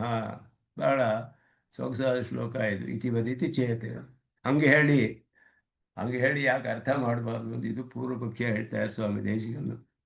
ಅದು ಕೂಡ ಅರ್ಥ ಮಾಡೋಕ್ಕಾಗೋದಿಲ್ಲ ಹಾಗೆಯೂ ಇಲ್ಲಿ ಅಂತ ಹೇಳ್ತಾ ಇದ್ದಾರೆ. ಅಧ್ಯಾಹಾರಾದಿ ಅಪಾತಾತ್ ಅಂತ ಹೇಳಿದ್ರು. ಇದು ಹೇಳಿರುವಾಗ ಇಲ್ಲಿ ಶಬ್ದ ಬ್ರಹ್ಮಾತಿ ವರ್ತತೆ ಅಂತ ಹೇಳಿರುವಾಗ ವಿದ್ವಾನ್ಗಿಂತ ಅಧಿಕವಾದ ಸ್ಥಿತಿ ಒಂದು ಹೇಳಿ ಸಾಕು. ಪ್ರಕೃತಿ ಅಂತ ಯಾಕೆ ಅರ್ಥ ಮಾಡ್ತೀರಾ ಅಂತ, ಯಾಕೆ ಅರ್ಥ ಮಾಡಬಾರ್ದು ಅಂತ ಹೇಳಿದಾಗ ಆ ರೀತಿ ಅರ್ಥವೂ ಅಲ್ಲ. ಇಲ್ಲಿ ಅಪ್ರಸ್ತುತ ಅಭಿಧಾನ ಪ್ರಸಂಗ, ಅದು ಪೂರ್ವೋತ್ತರ ವಾಕ್ಯ ಅನನ್ವಯಾಚ ಇದೆಲ್ಲ ಇಲ್ಲಿ ಹೇಳ್ತಿರೋ ವಿಷಯ ಯೋಗಿಗಳ, ಇಲ್ಲಿ ಯೋಗಿ ಜಿಜ್ಞಾಸು, ಯೋಗದಲ್ಲಿ ಜಿಜ್ಞಾಸ ಆಗಿರುವವನಿಗೆ ಹೇಳ್ತಾ ಇರೋದು. ಆದ್ದರಿಂದ ಅಧಿಕವಾದ ಶಬ್ದಗಳನ್ನೆಲ್ಲ ತೆಗೆದುಕೊಂಡು ಬಂದು ವ್ಯಾಖ್ಯಾನ ಮಾಡಬೇಕಾಗುತ್ತೆ ಇದಕ್ಕೆ. ಅದೆಲ್ಲ ಕೂಡ ಅದು ಗುರುಪಾಯವಾಗುತ್ತೆ. ಲಘುವಾದ ಮಾರ್ಗ ಹೇಳುವಾಗ, ಸ್ಪಷ್ಟವಾಗಿ ನೇರವಾಗಿ ಹೇಳೋಕ್ಕೆ ಸಾಧ್ಯವಿರುವಾಗ ಎಲ್ಲ ಪೂರ್ವೋತ್ತರ ವಾಕ್ಯಗಳಿಗೂ ಕೂಡ ಅನ್ವಯವಿರೋದಿಲ್ಲ. ಆದ್ದರಿಂದ ಅದು ಸರಿ ಹೋಗೋದಿಲ್ಲ. ಅತಃ ಪ್ರಕೃತೌ ಅಪಿ ಬ್ರಹ್ಮಶಬ್ದ ಪ್ರಯೋಗಸ್ಯ ಅತ್ರ ಪ್ರಾಚುರ್ಯಾತ್ ಅತಿವರ್ತನೀಯತ್ವ ಔಚಿತ್ಯಾಚ ಬ್ರಹ್ಮಶಬ್ದೋತ್ರ ಪ್ರಕೃತಿ ವಿಷಯ. ಬ್ರಹ್ಮಶಬ್ದ ಪ್ರಯೋಗ ಪ್ರಕೃತಿ ಅನ್ನೋ ಅರ್ಥದಲ್ಲಿ ಗೀತೆಯಲ್ಲಿ ಹೇಳಲ್ಪಟ್ಟಿದೆ, ಮಮಯೋ ಮಹದ್ ಬ್ರಹ್ಮ ಎಂಬುದಾಗಿ. ಆದ್ದರಿಂದ ಇಲ್ಲಿ ಆ ಅರ್ಥವೇ ತೆಗೆದುಕೊಳ್ಳೋದು ಉಚಿತವಾದದ್ದು ಅನ್ನೋದನ್ನು ಹೇಳ್ತಾರೆ. ತಸ್ಯ ಏವ ಭೋಗ್ಯ ಭೋಗೋಪಕರಣ ಭೋಗಸ್ಥಾನಾಖ್ಯ ಪರಿಣಾಮ ಪ್ರದರ್ಶನಾಯ ಶಬ್ದ ಬ್ರಹ್ಮೇತಿ ವ್ಯಪದೇಶ. ಅದುವೇ ಎಲ್ಲ ರೀತಿಯಲ್ಲಿಯೂ ಪರಿಣಾಮ ಹೊಂದುತ್ತೆ ಅನ್ನುವ ದೃಷ್ಟಿಯಿಂದ ಅದನ್ನು ತಿಳಿಸೋದಕ್ಕೋಸ್ಕರ ಕೆಲವು ಭೋಗ್ಯವಾಗುತ್ತೆ, ಕೆಲವು ಭೋಗೋಪಕರಣಗಳಾಗುತ್ತೆ, ಕೆಲವು ಭೋಗಸ್ಥಾನಗಳಾಗುತ್ತೆ. ಆದ್ದರಿಂದ ಎಲ್ಲವೂ ಸೇರಿ ಇಲ್ಲಿ ವ್ಯಾಖ್ಯಾನದಲ್ಲಿ ಭಾಷಿಕಾರರು ದೇವ, ಮನುಷ್ಯ, ಪೃಥಿವಿ, ಅಂತರಿಕ್ಷ, ಸ್ವರ್ಗ ಎಲ್ಲ ಭೋಗಸ್ಥಾನ, ಪೃಥಿವಿ ಅಂತರಿಕ್ಷ ಮೊದಲಾದೆಲ್ಲ ಭೋಗೋಪಕರಣಗಳು. ದೇವ ಮನುಷ್ಯರೆಲ್ಲ ಭೋಗ ಅನುಭವಿಸುವಂಥವರು. ಭೋಗೋಪಕರಣ, ಭೋಗಸ್ಥಾನ, ಭೋಗ್ಯವಾದದ್ದು ಎಲ್ಲವೂ ಇಲ್ಲಿ ಹೇಳಲ್ಪಟ್ಟಿದೆ. ಮೊದಲಾದ ರೀತಿಯಲ್ಲೆಲ್ಲ ಪರಿಣಾಮ ಹೊಂದುತ್ತೆ. ಆದ್ದರಿಂದ ಶಬ್ದ ಬ್ರಹ್ಮ ಇತಿ ವ್ಯಪದೇಶ. ಸರ್ವಾಣಿ ರೂಪಾಣಿ ವಿಚಿತ್ಯ ಧೀರಃ ನಾಮಾನಿ ಕೃತ್ವಾ ಇತ್ಯಾದಿ ಶ್ರುತೇಃ ವಿಭಕ್ತ ರೂಪಾ ಹಿ ಪ್ರಕೃತಿ ದೇವಾದಿ ಶಬ್ದ ವಿಲಪ್ಯ. ಆದ್ದರಿಂದ ವಿಭಕ್ತ ರೂಪವಾದ ಪ್ರಕೃತಿ ದೇವ ಮನುಷ್ಯಾದಿ ಶಬ್ದಗಳಿಂದ ಹೇಳಲ್ಪಡುತ್ತೆ. ದೇವ ಮನುಷ್ಯಾದಿ ಶಬ್ದಗಳಿಂದ ಹೇಳೋದು ಯಾವುದು ಅಂದರೆ ಪ್ರಕೃತಿಯೇ. ಯಾಕೆಂದರೆ ದೇವ ಶರೀರ, ಮನುಷ್ಯ ಶರೀರ ಇದೆಲ್ಲ ಪ್ರಕೃತಿಯ ಪರಿಣಾಮವೇ. ಈ ರೀತಿ ವಿಭಕ್ತವಾದದ್ದು ಪ್ರಕೃತಿ ದೇವಾದಿ ಶಬ್ದಗಳಿಂದ ಹೇಳಲ್ಪಡುತ್ತೆ. ಎಲ್ಲ ರೂಪಗಳನ್ನು, ನಾಮಗಳನ್ನೆಲ್ಲ, ರೂಪವನ್ನೆಲ್ಲ ಸೃಷ್ಟಿ ಮಾಡಿ ನಾಮಗಳನ್ನು ಮಾಡಿದ ಪರಮಾತ್ಮ ಅಂತ ಹೇಳಿ ಪುರುಷ ಸೂಕ್ತದಲ್ಲಿ ಬರೋದ್ರಿಂದ ನಾಮರೂಪ ವಿಭಾಗವನ್ನು ಮಾಡಿದ್ದಾನೆ ಪರಮಾತ್ಮ. ತದೇತತ್ ಅಖಿಲಮಭಿಪ್ರೇತ್ಯ ದೇವಮನುಷ್ಯಾದಿಕಂ ಉಕ್ತಂ. ದೇವಮನುಷ್ಯಾದಿ ಅಂತ ಹೇಳಲ್ಪಟ್ಟಿದೆ. ಪ್ರಕೃತಿ ಅತಿವರ್ತನ ಶಬ್ದಾರ್ಥಂ ಫಲಿತಂ ಚ ದರ್ಶಯತಿ. ಪ್ರಕೃತಿ ಬಂಧಾತ್, ಅದನ್ನು ಅತಿವರ್ತನ ಮಾಡೋದು, ಮೀರಿ ಹೋಗೋದು ಅಂದರೆ ಪ್ರಕೃತಿ ಬಂಧದಿಂದ ಬಿಡಿಸ್ಕೊಂಡು ಹೋಗೋದು ಅಷ್ಟೇನೆ. ಆದ್ದರಿಂದ ಅವನಿಗೆ ದೇವ ಮನುಷ್ಯ ಇತ್ಯಾದಿನ ಪುಮಾನ್ನ ದೇವೋ ನರಹ ಇತ್ಯಾದಿಕಂ ಸ್ಮಾರಿತಂ. ಆತ್ಮಾವಲೋಕನ ಮಾಡ್ತಾ ಇರೋವನು ಪ್ರಕೃತಿಯನ್ನು ಮೀರಿ ಹೋಗೋದು ಹೇಗೆ ಅಂದರೆ ಪುಮಾನ್ನ ದೇವೋ ನರಹಾನ ಪಶುರ್ನ ಚ ಪಾದಪಃ ಅಂತ ಹೇಳಿ ಜ್ಞಾನಾನಂದಮಯಸ್ತು ಆತ್ಮ ಶೇಷೋ ಹಿ ಪರಮಾತ್ಮನಃ ಇದು ಅದೆಲ್ಲ ಹೇಳಲ್ಪಟ್ಟಿದೆ. ಜ್ಞಾನಾನಂದೈಕತಾನಂ ಜ್ಞಾನಾನಂದಮಯಸ್ತ್ವಾತ್ಮ ಶೇಷೋ ಹಿ ಪರಮಾತ್ಮನಃ. ಇಂತಹ ಆತ್ಮಾವಲೋಕನವನ್ನು ಮಾಡ್ತಾ ಇರೋಕ್ಕೆ ಪ್ರಯತ್ನ ಪಡ್ತಿರೋ. ಆದ್ದರಿಂದ ಅವನು ಶಬ್ದ ಬ್ರಹ್ಮ ಅತಿವರ್ತತೆ, ಪ್ರಕೃತಿಯನ್ನು ಮೀರಿ ಹೋಗ್ತಾನೆ ಅನ್ನೋದು ಸ್ವರಸವಾದ ಅರ್ಥ ಅನ್ನೋದನ್ನು ಸ್ವಾಮಿ ದೇಶಿಕನು ಸಮರ್ಥನೆ ಮಾಡ್ತಾರೆ. ಇಲ್ಲಿ ನ ಜಿಜ್ಞಾಸುರಪಿ ಯೋಗಸ್ಯ ಶಬ್ದ ಬ್ರಹ್ಮ ಅತಿವರ್ತತೆ. ಒಂದು ಶ್ಲೋಕದಲ್ಲಿ ಎಷ್ಟು ವ್ಯಾಖ್ಯಾನ ಮಾಡುವಾಗ ಎಷ್ಟು ಕಷ್ಟಗಳಿದೆ, ಅದು ಭಾಷಿಕಾರರು ಮಾಡಿರೋದು ಎಷ್ಟು ಸೂಕ್ತವಾಗಿದೆ ಅನ್ನೋದನ್ನು ತೋರಿಸ್ತಾರೆ. ಇಲ್ಲಿ ಶಬ್ದ ಬ್ರಹ್ಮ ಅನ್ನುವ ವಿಷಯದಲ್ಲಿಯೇ ದೇವ ಮನುಷ್ಯ, ಪೃಥಿವಿ, ಅಂತರಿಕ್ಷ, ಸ್ವರ್ಗಾದಿ ಶಬ್ದ ಅಪಲಾಪ ಯೋಗ್ಯಂ ಬ್ರಹ್ಮ ಪ್ರಕೃತಿ ಅಂತ ಅರ್ಥ ಮಾಡುದು. ಶಬ್ದ ಬ್ರಹ್ಮ, ಶಬ್ದ ಅಪಲಾಪಯೋಗ್ಯಂ ಬ್ರಹ್ಮ ಪ್ರಕೃತಿ, ಶಬ್ದಗಳಿಂದ ಹೇಳಲ್ಪಡುವಂಥದ್ದು. ಈ ಶಬ್ದಗಳೆಲ್ಲ ಹೇಳೋದು ಪ್ರಕೃತಿಯ ವಿಭಕ್ತವಾದ ರೂಪಗಳಿಗೆ, ದೇವ ಮನುಷ್ಯಾದಿ ರೂಪಗಳಿಂದ ವಿಭಕ್ತವಾದ ಪ್ರಕೃತಿಯ ಪರಿಣಾಮಗಳಿಗೆ ದೇವ ಮನುಷ್ಯ ಮೊದಲಾದ ಹೆಸರುಗಳು ಬರೋದೇ ಅದಕ್ಕೆ. ಅದರಿಂದ ಅವನು ಅದನ್ನು ಆ ಬಂಧನದಿಂದ ಬಿಡಿಸ್ಕೊಳ್ತಾನೆ ಅನ್ನೋದೇ ದೇವ ಮನುಷ್ಯಾದಿ ಶಬ್ದಗಳಿಗೆ ಹೇಳೋದಕ್ಕೆ ಅನರ್ಹನಾದ ಜ್ಞಾನಾನಂದೈಕ ಸ್ವರೂಪನಾದ ಜೀವಾತ್ಮ ಸ್ವರೂಪವನ್ನು ಪಡೆದುಕೊಳ್ತಾನೆ, ಆತ್ಮಾವಲೋಕನವನ್ನು ಮಾಡಿಕೊಳ್ತಾನೆ. ಆದ್ದರಿಂದ ಶಬ್ದ ಬ್ರಹ್ಮ ಅತಿವರ್ತತೆ, ಅತಿವರ್ತನ ಮಾಡಿ ಆತ್ಮಾವಲೋಕನವನ್ನು ಪಡೆದುಕೊಳ್ಳೋಕ್ಕೆ ಅದರಿಂದ ಪ್ರಯತ್ನ ಪಡ್ತಿರೋವನು, ಅವನಿಗೆ ಆ ಸಿದ್ಧಿ ಅವನಿಗೂ ಸಿಗುತ್ತೆ, ಜಿಜ್ಞಾಸುಗೆ ಸಹ ಅದು ಸಿಗುತ್ತೆ. ಪ್ರಯತ್ನಾದಿ ಯತಮಾನಸ್ತು. ಈಗ ಅವನು ಪ್ರಯತ್ನ ಮಾಡಿ, ಅವನು ಬಹಳ ಅಧಿಕವಾಗಿ ಪ್ರಯತ್ನ ಮಾಡಿ ಸಂಶುದ್ಧ ಕಿಲ್ಬಿಷಃ ಅನೇಕ ಜನ್ಮ ಸಂಸಿದ್ಧ ತಥೋ ಯಾತಿ ಪರಾಂಗತಿಂ. ಅವನ ಕಿಲ್ಬಿಷಗಳೆಲ್ಲ ನಾಶವಾಗಿ ಪರಿಶುದ್ಧನಾಗಿ, ಮನಸ್ಸಿನ ದೋಷಗಳೆಲ್ಲ ಹೋಗಿ ಪರಿಶುದ್ಧನಾಗಿ ಪ್ರಯತ್ನಗಳಿಂದ, ಅದರಿಂದ ಅವನು ಅಧಿಕವಾದ ಪ್ರಯತ್ನ ಮಾಡಿ ಸಿದ್ಧಿಯನ್ನು ಪಡೆದುಕೊಳ್ತಾನೆ. ಯತಃ ಏವಂ ಯೋಗ ಮಾಹಾತ್ಮ್ಯಂ. ಇದು ಹೇಳ್ತಾರೆ, ಯೋಗ ಮಾಹಾತ್ಮ್ಯೆ ಎಷ್ಟು ಅದ್ಭುತವಾಗಿರೋದ್ರಿಂದ ತತಃ ಅನೇಕ ಜನ್ಮಾರ್ಜಿತ ಪುಣ್ಯ ಸಂಚಯೈ, ಅನೇಕ ಜನ್ಮಗಳಿಂದ ಪುಣ್ಯಗಳನ್ನು ಮಾಡಿ ಸಂಚಯ ಮಾಡಿ ಸೇರಿಸಿಕೊಂಡು ಬಂದಿರುವುದರಿಂದ ಸಂಶುದ್ಧ ಕಿಲ್ಬಿಷಃ, ಎಲ್ಲವೂ ಕೂಡ ಎಲ್ಲ ದೋಷಗಳು ನಾಶವಾಗಿ ಪರಿಶುದ್ಧನಾದ ಮೇಲೆ ಸಂಸಿದ್ಧ ಸಂಜಾತಃ, ಸಿದ್ಧಿಯನ್ನು ಪಡೆದುಕೊಳ್ತಾನೆ. ಸಂಶುದ್ಧ ಕಿಲ್ಬಿಷಃ ಸಂಸಿದ್ಧ ಸಂಜಾತಃ ಅಂತ ಹೇಳಿ, ಸಂಸಿದ್ಧ ಅನೇಕ ಜನ್ಮ, ಸಂಸಿದ್ಧ ಸಂಶುದ್ಧ ಕಿಲ್ಬಿಷತ್ವ ಅನ್ನೋದು ಕಾರಣವಾಗುತ್ತೆ ಪ್ರಯತ್ನಕ್ಕೆ. ಅಂದರೆ ಇಲ್ಲಿ ವ್ಯಾಖ್ಯಾನ ಮಾಡುವಾಗ ಸಂಸಿದ್ಧ ಸಂಜಾತಃ ಪ್ರಯತ್ನಾದಿಯತಮಾನಸ್ತು ಯೋಗಿ ಚಲಿತಃ ಅಪಿ ಪುನಃ ಪರಾಂಗತಿಂ ಯಾತ್ಯೇವ. ಯಾವ ಒಂದು ದಶೆಯಲ್ಲಿ ಅವನು ಚಲಿತನಾದರೂ ಕೂಡ ಮತ್ತೆ ಅವನು ಉತ್ತಮವಾದ ಗತಿ ಆತ್ಮಾವಲೋಕನವನ್ನು ಪಡೆದುಕೊಳ್ತಾನೆ ಅನ್ನೋದು ಇಲ್ಲಿ ಹೇಳಲ್ಪಟ್ಟಿದೆ. ಅನೇಕ ಜನ್ಮ ಸಂಸಿದ್ಧ ಅಂತ ಹೇಳುವಾಗ ಅನೇಕ ಜನ್ಮಗಳಿಂದ ಪುಣ್ಯಗಳನ್ನೆಲ್ಲ ಸೇರಿಸಿರುವಂತಹ ಅವನು, ಆದ್ದರಿಂದ ಅವನಿಗೆ ಏನು ಫಲ ಅಂತ ಹೇಳಿದ್ರೆ ಸಂಶುದ್ಧ ಕಿಲ್ಬಿಷಃ, ದೋಷಗಳೆಲ್ಲ ನಾಶವಾಗಿ ಶುದ್ಧಿಯನ್ನು ಹೊಂದಿರುವಂತಹ ಅವನು. ಆ ಒಂದು ಕಾರಣದಿಂದ ಅವನು ಸಂಸಿದ್ಧ ಸಂಜಾತಃ, ಎಲ್ಲ ದೋಷಗಳು ಹೋಗಿ ಪರಿಶುದ್ಧವಾದ ಮನಸ್ಸು ಹೊಂದವನಿಗೆ ಸಿದ್ಧಿಯನ್ನು ಪಡೆದುಕೊಂಡವನಾಗಿ, ಅಂದರೆ ಅವನಿಗೆ ಸಿದ್ಧಿ ಪಡೆದುಕೊಳ್ಳೋಕ್ಕೆ ಅರ್ಹತೆ ಬರುತ್ತೆ. ಅದಾದ ಮೇಲೆ ಪ್ರಯತ್ನಾದಿ ಯತಮಾನಸ್ತು, ಆಮೇಲೆ ಪ್ರಯತ್ನಪಟ್ಟು ಅವನು ಬಹಳ ಕಷ್ಟಪಟ್ಟು ಪ್ರಯತ್ನ ಪಡ್ತಾನೆ. ಎಲ್ಲ ಒಂದು ವಿಧವಾದಲ್ಲಿಯೂ ಯಾವ ವೈಕಲ್ಯವೂ ಇಲ್ಲದೆ ಹಾಗೆ ಪ್ರಯತ್ನವನ್ನು ಮಾಡುವವನಾಗಿ ಈ ರೀತಿ ಇರುವಂತಹ ಯೋಗಿ ಚಲಿತಃ ಅಪಿ ಪುನಃ ಪರಾಂಗತಿಂ ಯಾತ್ಯೇವ. ಆದ್ದರಿಂದ ತದೇವಂ ಯೋಗಭ್ರಷ್ಟಸ್ಯ ಪುನಃ ಸಂಸಿದ್ಧೌ ಯತ್ನ ಪರ್ಯಂತಂ ಮುಕ್ತಂ. ಪ್ರಯತ್ನ ಪಡುವವರೆಗೂ ಸಂಸಿದ್ಧಿಯಲ್ಲಿ ಬರ್ತಾನೆ ಅಂತ ಹೇಳಲ್ಪಟ್ಟಿತು. ಯೋಗಗಳ ಕುಲದಲ್ಲಿಯೇ ಹುಟ್ಟುತ್ತಾನೆ, ಯೋಗಿ ನಾಮೇವ ಕುಲೆ ಅಂತ ಹೇಳಿ ಅದು ಬಂತು. ಈಗ ತತಯೇವ ತಸ್ಯ ಆತ್ಮಪ್ರಾಪ್ತಿ ಲಕ್ಷಣ ಪರಮಪುರುಷಾರ್ಥ ಯೋಗ ವಿಧೀಯತೆ ಪ್ರಯತ್ನಾತ್. ಮುಂದೆ ಅವನಿಗೆ ಬರುವ ಸಿದ್ಧಿ ಇಲ್ಲಿ ಹೇಳಲ್ಪಡುತ್ತೆ. ಅವನಿಗೆ ಪ್ರಯತ್ನವೂ ಲಭಿಸುತ್ತೆ ಅಂತ ಇಲ್ಲಿಯವರೆಗೂ ಹೇಳಲ್ಪಟ್ಟಿತು. ಪ್ರಯತ್ನ ಮಾಡುವುದಕ್ಕೆ ಎಲ್ಲ ಅನುಕೂಲಗಳು ಬರುತ್ತೆ. ಇಲ್ಲ ಅವನಿಗೆ ಯೋಗೋಪದೇಶವೇ ಮನೆಯಲ್ಲಿಯೇ ಮಾಡುವಂಥವ್ರು ಇರ್ತಾರೆ. ಯೋಗವನ್ನು ಆರಂಭಿಸಿ ಪ್ರಯತ್ನವನ್ನು ಪಡ್ತಾನೆ. ಪ್ರಯತ್ನ ಪಟ್ಟ ಮೇಲೆ ಅದರಿಂದ ಅವನಿಗೆ ಸಿದ್ಧಿಯು ಏರ್ಪಡುತ್ತೆ ಅಂತ ಹೇಳೋದು ಇಲ್ಲಿ ಹೇಳಲ್ಪಟ್ಟಿದೆ. ತತಃ ಇತಿ ಪದಂ ಯಥಾಸ್ಥಾನ ಅನ್ವಯೇ ಪ್ರಯೋಜನಾಭಾವಾತ್ ಪ್ರಕೃತ ಹೇತು ಪರಮಾಹ. ಅದರಿಂದ ಇಲ್ಲಿ ತತಃ ಅಂತ ಹೇಳಿದಾಗ ತಥೋ ಯಾತಿ ಪರಾಂ ಗತಿಂ, ತತಃ ಅನೇಕ ಜನ್ಮ ಸಂಸಿದ್ಧ ತಥೋ ಯಾತಿ ಪರಾಂ ಗತಿಂ ಅಂತ ಹೇಳಿದಾಗ ಸಂಸಿದ್ಧನಾಗಿ ಅದರಿಂದ ಅಂತ ಅರ್ಥವಲ್ಲ. ಇಲ್ಲಿ ಅನೇಕ ಜನ್ಮ ಸಂಸಿದ್ಧ, ಅನೇಕ ಜನ್ಮ ಪುಣ್ಯ ಸಂಚಯ ಸಂಶುದ್ಧ ಕಿಲ್ಬಿಷಃ ಸಂಸಿದ್ಧ ಸಂಜಾತಃ. ಆಗ ಸಂಸಿದ್ಧ ಹಾಗೆ ಈ ರೀತಿ ಅನ್ವಯ ಮಾಡ್ಕೊಳ್ಬೇಕು. ಸಂಶುದ್ಧ ಕಿಲ್ಬಿಷನಾಗಿರೋದ್ರಿಂದ ಸಂಸಿದ್ಧನಾಗ್ತಾನೆ. ಸಂಶುದ್ಧ ಕಿಲ್ಬಿಷ ಹೇಗಾಗ್ತಾನೆ ಅಂದರೆ ಅನೇಕ ಜನ್ಮ ಪುಣ್ಯಾರ್ಜಿತದಿಂದ, ಪುಣ್ಯ ಸಂಚಯದಿಂದ. ಅದರಿಂದ ಸಂಶುದ್ಧ ಕಿಲ್ಬಿಷನಾಗಿ, ಅದರಿಂದ ಸಂಸಿದ್ಧನಾಗಿ ಪ್ರಯತ್ನ ಮಾಡಿದ್ರೆ ಅವನಿಗೆ ಮತ್ತೆ ಪರಾಗತಿ ಸಿಕ್ಕಿಯೇ ಸಿಗುತ್ತೆ. ಉತ್ತಮವಾದ ಗತಿ ಅಂದರೆ ಆತ್ಮಾವಲೋಕನೂ ಸಿಗುತ್ತೆ. ಅನೇಕ ಜನ್ಮ ಸಂಸಿದ್ಧ ಅನೇಕೈ ಜನ್ಮಭಿ ಸಮ್ಯಕ್ ಯೋಗಯೋಗ್ಯೋ ಜಾತಃ. ಯೋಗಕ್ಕೆ ಯೋಗ್ಯನಾದವನಾಗಿ ಆಗ್ತಾನವನು.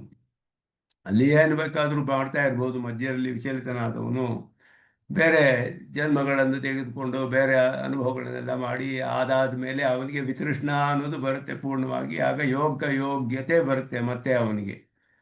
ಆ ಯೋಗದ ಮಹಾತ್ಮೆಯಿಂದ ಮತ್ತೆ ಅವನಿಗೆ ಯೋಗವು ಏರ್ಪಡುತ್ತೆ. ಆಗ ಅವನು ಪ್ರಯತ್ನ ಮಾಡಬೇಕು. ತತ್ರ ಹೇತು ಸಂಶುದ್ಧ ಕಿಲ್ಬಿಷತ್ವಂ. ಯೋಗಯೋಗ್ಯತ್ವಕ್ಕೆ ಅದುವೇ ಪ್ರಯತ್ನಾದಿತಮಾನಸ್ತು ಇಂದ್ರಿಯ ನಿಯಮನಾದಿ ಪ್ರಯತ್ನೇನ ಯೋಗೆ ಯತಮಾನಃ ಇತಿ ಪುನರುಕ್ತಿ. ಇಂದ್ರಿಯ ನಿಯಮನಾದಿ ಮೊದಲಾದ ಯೋಗದಲ್ಲಿ ಪ್ರಯತ್ನ ಪಡ್ತಾನೆ. ಆಮೇಲೆ ಅಥವಾ ಅಧಿಕಂ ಯತಮಾನಃ, ಇನ್ನೂ ಅಧಿಕವಾಗಿ ಪ್ರಯತ್ನ ಪಡುವವನು ಅಂತ ಮಾಡ್ಬೋದು. ಸುಶಬ್ದ ಜ್ಯೋತಿಕಂ ಪೂರ್ವೋಕ್ತಂ ಜಯಿತು ಚಲಿತಃ ಅಪಿ. ಆದ್ದರಿಂದ ಇಲ್ಲಿ ಪ್ರಯತ್ನಾದಿ ಯತಮಾನಃ ತು ತು ಅನ್ನುವ ಶಬ್ದದಿಂದ ಚಲಿತನ ಆಗಿದ್ದರೂ ಅಂತ ಅರ್ಥ. ಚಲಿತೋಪಿ ಪುನರಿತೀವ ತತಃಶಬ್ದ ವ್ಯಾಖ್ಯಾ. ಪರಾಂ ಗತಿಮಿತಿ ಯೋಗ ಏವ ತತ್ ಸಾಧ್ಯ ಆತ್ಮಪ್ರಾಪ್ತಿಯಾದಿರ್ವ ಉಚ್ಯತೆ. ಯೋಗವೇ ಲಭಿಸುತ್ತೆ ಅಂತ ಹೇಳ್ಬೋದು, ಆತ್ಮಪ್ರಾಪ್ತಿ ಲಭಿಸುತ್ತೆ ಅಂತಲೂ ಹೇಳ್ಬೋದು. ಆದ್ದರಿಂದ ಅವನಿಗೆ ಅನೇಕ ಜನ್ಮಗಳನ್ನು ಮಧ್ಯ ಪಡೆದುಕೊಳ್ತಾನೆ ವಿಚಲಿತನಾಗಿ. ಆದ್ದರಿಂದ ಅವನ ದೋಷಗಳೆಲ್ಲ ಹೋಗುತ್ತೆ, ಮನಸ್ಸು ಪರಿಶುದ್ಧವಾಗುತ್ತೆ. ಅವನಿಗಿದ್ದ ಬೇರೆ ತೃಷ್ಣೆಗಳೆಲ್ಲ, ಬೇರೆ ಬೇರೆ ಆಸೆಗಳೆಲ್ಲ ಪೂರ್ಣವಾಗಿ ಶಾಂತವಾಗುತ್ತೆ. ಯೋಗ್ಯನಾಗ್ತಾನೆ. ಅದರಿಂದ ಯೋಗ್ಯನಾಗಿ ಪ್ರಯತ್ನ ಮಾಡುವಾಗ ಅವನಿಗೆ ಪೂರ್ಣವಾಗಿ ಸಿದ್ಧಿ ಸಿಗುತ್ತೆ ಅನ್ನೋದು ಈ ಶ್ಲೋಕದಲ್ಲಿ ಹೇಳಿರುವಂತಹದ್ದು. ಅನೇಕ ಜನ್ಮ ಸಂಸಿದ್ಧ ತಥೋಯಾಂತಿ ಪರಾಂಗತಿ. ಅನ್ವಯವನ್ನು ಆ ರೀತಿ ಮಾಡುವಾಗ ಪ್ರಯತ್ನಾದಿ ಯತಮಾನಸ್ತು ಯೋಗಿ ಸಂಶುದ್ಧ ಕಿಲ್ಬಿಷಃ.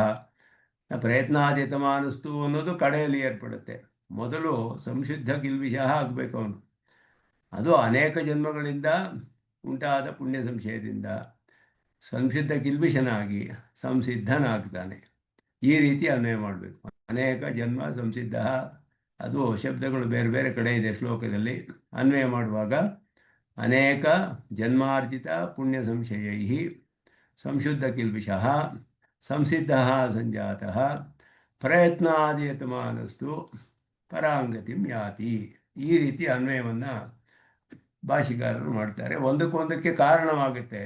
ಪುಣ್ಯ ಸಂಚಯದಿಂದಲೇ ಅವನಿಗೆ ಮನಸ್ಸಿನ ದೋಷಗಳೆಲ್ಲ ಹೋಗೋದು. ಅದರಿಂದ ಅವನಿಗೆ ಸಿದ್ಧನಾಗ್ತಾನೆ, ಯೋಗ್ಯನಾಗ್ತಾನೆ. ಆವಾಗ ಪ್ರಯತ್ನ ಮಾಡಿ ಅವನಿಗೆ ಫಲವು ಸಿಗುತ್ತೆ, ಆತ್ಮಾವಲೋಕನವೂ ಸಿಗುತ್ತೆ ಅನ್ನೋದು ಅರ್ಥ ಇಲ್ಲಿ. ಈಗ ಅದಕ್ಕಿಂತ ಅತ್ಯಧಿಕವಾದ ಒಂದು ಫಲವು ಹೇಳಲ್ಪಡುತ್ತೆ. ಒಂದಕ್ಕಿಂತ ಒಂದು ಅಧಿಕವಾದ ಫಲಗಳು ಹೇಳಲ್ಪಡುತ್ತೆ. ಈ ರೀತಿ ಯಾವುದು ಮುಮುಕ್ಷು ಆದವನು ಈಗ ಒಂದು ಹಂತಕ್ಕೆ ಬಂದ ಆತ್ಮಾವಲೋಕನ ಮಾಡಿ, ಅದಾದ ಮೇಲೆ ಮುಂದೆ ಏನು, ಅದಕ್ಕಿಂತ ಬೇರೆ ಉತ್ತಮವಾದ ಗತಿ ಇದೆಯೇ, ಅದಕ್ಕಿಂತ ಹೆಚ್ಚಾದ ಫಲವಿದೆಯೇ, ಈ ರೀತಿ ಜಿಜ್ಞಾಸ ಅವನ ಅರ್ಜುನ ಕೇಳದೇ ಇದ್ರು ಕೃಷ್ಣನೇ ಹೇಳ್ತಾನೆ. ಛಾಂದೋಗ್ಯದಲ್ಲಿ ಭೂಮವಿದ್ಯೆಯಲ್ಲಿ ಅದರಲ್ಲಿ ಕೇಳಿ ಕೇಳಿ ಪಡೆದುಕೊಳ್ಳುವಂತಹದ್ದು. ಸನತ್ ಕುಮಾರನ್ನ ನಾರದರು ಹೋಗಿ ಕೇಳ್ತಾರೆ, ನನಗೆ ಆತ್ಮ ತಿಳಿಬೇಕು, ಉಪದೇಶ ಮಾಡಿ ಅಂತ ಹೇಳಿದ್ರು. ನಾಮ ಅಂತ ಹೇಳಿದ್ರು. ನಾಮವೇ ಬ್ರಹ್ಮ, ನಾಮ ಬ್ರಹ್ಮೇತಿ ಉಪಾಸೀತ, ನಾಮ ಅಂತ ಉಪಾಸನೆ ಮಾಡಪ್ಪ ಅಂತ ಹೇಳಿದ್ರು. ಅದಕ್ಕಿಂತ ಮೇಲೆ ಹೆಚ್ಚಾದಿದೆಯಾ ಅಂತ ಕೇಳ್ದ. ಅದಕ್ಕಿಂತ ಹೆಚ್ಚಾದಿದೆ, ಇದಕ್ಕಿಂತ ಹೆಚ್ಚಾದಿದೆ, ಚಿತ್ತ, ಹಾಗೆಯೇ ಸಂಕಲ್ಪ, ಒಂದೊಂದಾಗಿ ಹೇಳ್ಕೊಂಡು ಬಂದು ಕಡೆಯಲ್ಲಿ ಭೂಮ ಅಂತ ಹೇಳ್ತಾರೆ ಪರಮಾತ್ಮನ ವಿಷಯ. ಅವನು ಕೇಳಿದ್ರೆ ಇವರು ಹೇಳಿದ್ರು, ಕೇಳದೆ ಹೋದ್ರೆ ಹೇಳ್ತಾ ಇರಲಿಲ್ಲ. ಕಡೆಯಲ್ಲಿ ಅವನು ಜೀವಾತ್ಮನಲ್ಲಿ ನಿಂತು ಬಿಟ್ರು ನಾರದರು. ಇವರೇ ಅವರಿಗೆ ಉಪದೇಶ ಮಾಡ್ತಾರೆ ಪರಮಾತ್ಮರನ್ನು ಪಡೆದುಕೊಳ್ಳೋದು ಇದಕ್ಕಿಂತ ಹೆಚ್ಚು ಅಂತ. ಅದೇ ರೀತಿ ಇಲ್ಲಿಯೂ ಅರ್ಜುನನಿಗೆ ಕರ್ಮಯೋಗ ಜ್ಞಾನಯೋಗ ಎಲ್ಲ ಹೇಳಿ ಆತ್ಮಾವಲೋಕನ ವಿಷಯ ಇದಕ್ಕಿಂತ ಹೆಚ್ಚದು ಇನ್ನೇನಾದರೂ ಇದೆಯೋ ಅಂತ ಅವನೇನು ಕೇಳಲಿಲ್ಲ. ಆದರೆ ಪರಮಾತ್ಮನೇ ಹೇಳ್ತಾನೆ, ಅತಿಶಯಿತ ಪುರುಷಾರ್ಥ ನಿಷ್ಠತೆಯ ಯೋಗಿನಃ ಸರ್ವಸ್ಮಾದಾಧಿಕ್ಯಮಾಹ. ಇಲ್ಲಿ ಹೇಳ್ತಿರೋದು ಮೊದಲು ಯೋಗಿಗಳ ಆಧಿಕ್ಯ. ಯೋಗಿಗಳ ಆಧಿಕ್ಯ ಹೇಳಿ ಆ ಯೋಗಿಗಳಿಗಿಂತ ಅಧಿಕವಾದದ್ದು ಇನ್ನೂ ಒಂದಿದೆ, ಅದನ್ನೇ ಹೇಳ್ತಾನೆ. ಯೋಗಿ ಹೇಗೆ ಅಂದರೆ ಅತಿಶಯಿತ ಪುರುಷಾರ್ಥ ನಿಷ್ಠೆ ಎಂದು. ತ್ರಿವರ್ಗ ಪುರುಷಾರ್ಥಗಳಿಗಿಂತ ಅತಿಶಯಿತವಾದದ್ದು ಆತ್ಮಪುರುಷ, ಆತ್ಮಾವಲೋಕನ. ಅದಕ್ಕಿಂತ ಅತಿಶಯವಾದ್ದು ಪರಮಾತ್ಮಾವಲೋಕನ. ಆದ್ದರಿಂದ ಇಲ್ಲಿ ಅತಿಶಯಿತ ಪುರುಷಾರ್ಥ ಅನ್ನೋದು ಆತ್ಮಾವಲೋಕನದ ವಿಷಯ. ಯೋಗಿ ಅವನು ಮಿಕ್ಕ ಎಲ್ಲ ಪುರುಷಾರ್ಥಗಳನ್ನು ಪಡೆದುಕೊಳ್ಳೋರಿಗಿಂತಲೂ ಅಧಿಕವಾಗ್ತಾನೆ. ತಪಸ್ವಿಭ್ಯ ಅಧಿಕ ಯೋಗಿ, ಜ್ಞಾನಿಭ್ಯೋಪಿ ಮತೋಧಿಕ, ಕರ್ಮಿಭ್ಯಶ್ಚ ಅಧಿಕ ಯೋಗಿ, ತಸ್ಮಾತ್ ಯೋಗಿ ಭವಾರ್ಜುನ ಅಂತ ಇಲ್ಲಿ ಕೃಷ್ಣರು ಹೇಳ್ತಿರೋದು. ತಪಸ್ವಿಭ್ಯ ಇದೆಲ್ಲ ಸಾಮಾನ್ಯವಾದ ಪುರುಷಾರ್ಥಗಳಲ್ಲಿ ಇರುವಂತಹವರು ಅಂತ ಅರ್ಥ. ಬ್ರಹ್ಮನನ್ನು ಕುರಿತು ಅಲ್ಲ ಇದೆಲ್ಲ ಹೇಳ್ತಿರೋದು. ಜ್ಞಾನಿಭ್ಯ ಅಂದರೆ ಇತರ ಜ್ಞಾನಗಳು, ಆತ್ಮಜ್ಞಾನ ಬಿಟ್ಟು ಇತರ ಜ್ಞಾನ. ಕರ್ಮಿಭ್ಯ ಅಂದರೂ ಹಾಗೆಯೇ. ಇದೆಲ್ಲವೂ ಕೂಡ ಸಾಮಾನ್ಯವಾದ ವಿಷಯದಲ್ಲಿ ಅರ್ಥ ಮಾಡಬೇಕು. ಆಗಲೇ ಆತ್ಮಾವಲೋಕನದ ಯೋಗದಲ್ಲಿ ತೊಡಗಿರುವಂತಹ ಯೋಗಿ ಅವನು ಎಲ್ಲರಿಗಿಂತಲೂ ಅಧಿಕ ಅನ್ನೋದೇ ಇದುವರೆಗೂ ಅದರ ಮಹಾತ್ಮೆಯನ್ನು ಹೇಳಿ. ಈಗ ಕೇವಲ ತಪೋಭಿಹಿ, ಕೇವಲ ತಪಸ್ಸು, ಯಹ ಪುರುಷಾರ್ಥ ಸಾಧ್ಯತೆ. ಬರೀ ತಪಸ್ಸನ್ನು ಪಡೆದ್ರೆ ಏನು ಪುರುಷಾರ್ಥ ಬರುತ್ತೆ? ಎಲ್ಲರೂ ಬೇಕಾದಷ್ಟು ತಪಸ್ಸು ಮಾಡಿದ್ರು. ಧ್ರುವನು ತಪಸ್ಸು ಮಾಡ್ದ, ಉತ್ಕೃಷ್ಟವಾದ ಸ್ಥಾನ ಬೇಕು ಅಂತ ಕೇಳ್ದ, ಮೋಕ್ಷ ಕೇಳಲಿಲ್ಲ. ಪರಮಾತ್ಮನೇ ಧ್ಯಾನ ಮಾಡಿದ್ರು, ಅಷ್ಟೇ ಕೇಳಿದ್ದು ಅವನು. ಹಿರಣ್ಯಕಶಿಪು ಮೊದಲಾದವರೆಲ್ಲ, ಚತುರ್ಮುಖ ಬ್ರಹ್ಮ ಮೊದಲಾದವರನ್ನೆಲ್ಲ ಮಾಡಿದ್ರು. ಅರ್ಜುನನು ಶಿವನನ್ನು ಕುರಿತು ತಪಸ್ಸು ಮಾಡ್ದ, ಪಾಶುಪತಾಸ್ತ್ರ ಸಿಕ್ತು. ಇವನಿಗೆ ಇನ್ನೇನೋ ಫಲ ಸಿಕ್ತು, ಒಬ್ಬನಿಗೆ ಇನ್ನೊಂದು ಫಲ ಸಿಕ್ತು. ಹೀಗೆ ಅವ್ರಿಗೆ ಬರೋ ಫಲಗಳೆಲ್ಲ ಈ ತಪಸ್ಸಿನಿಂದಲೇ ಪಡೆದುಕೊಳ್ಳುವಂತಹ ಫಲಗಳು.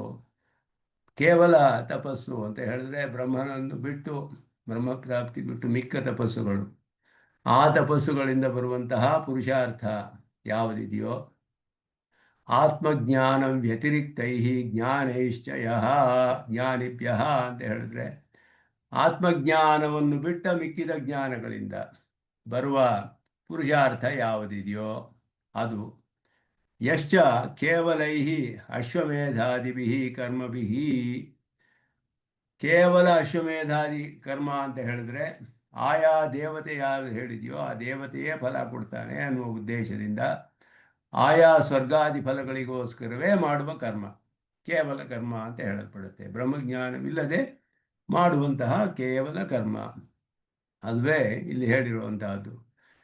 ನಾಯಮಾತ್ಮ ಪ್ರವಚನೇನ ಲಭ್ಯ ನ ಮೇಧೆಯ ನ ಬಹುಧಾ ಶ್ರುತೇನ, ಅದರಲ್ಲೂ ಹಾಗೆಯೇ ಕೇವಲ ಶ್ರವಣ, ಕೇವಲ ಮನನ ಮೊದಲಾದದ್ದು ಅಲ್ಲಿ ಭಕ್ತಿ ಇಲ್ಲದೆ ಮಾಡುವಂತಹದ್ದು ಅಂತ ಅರ್ಥ.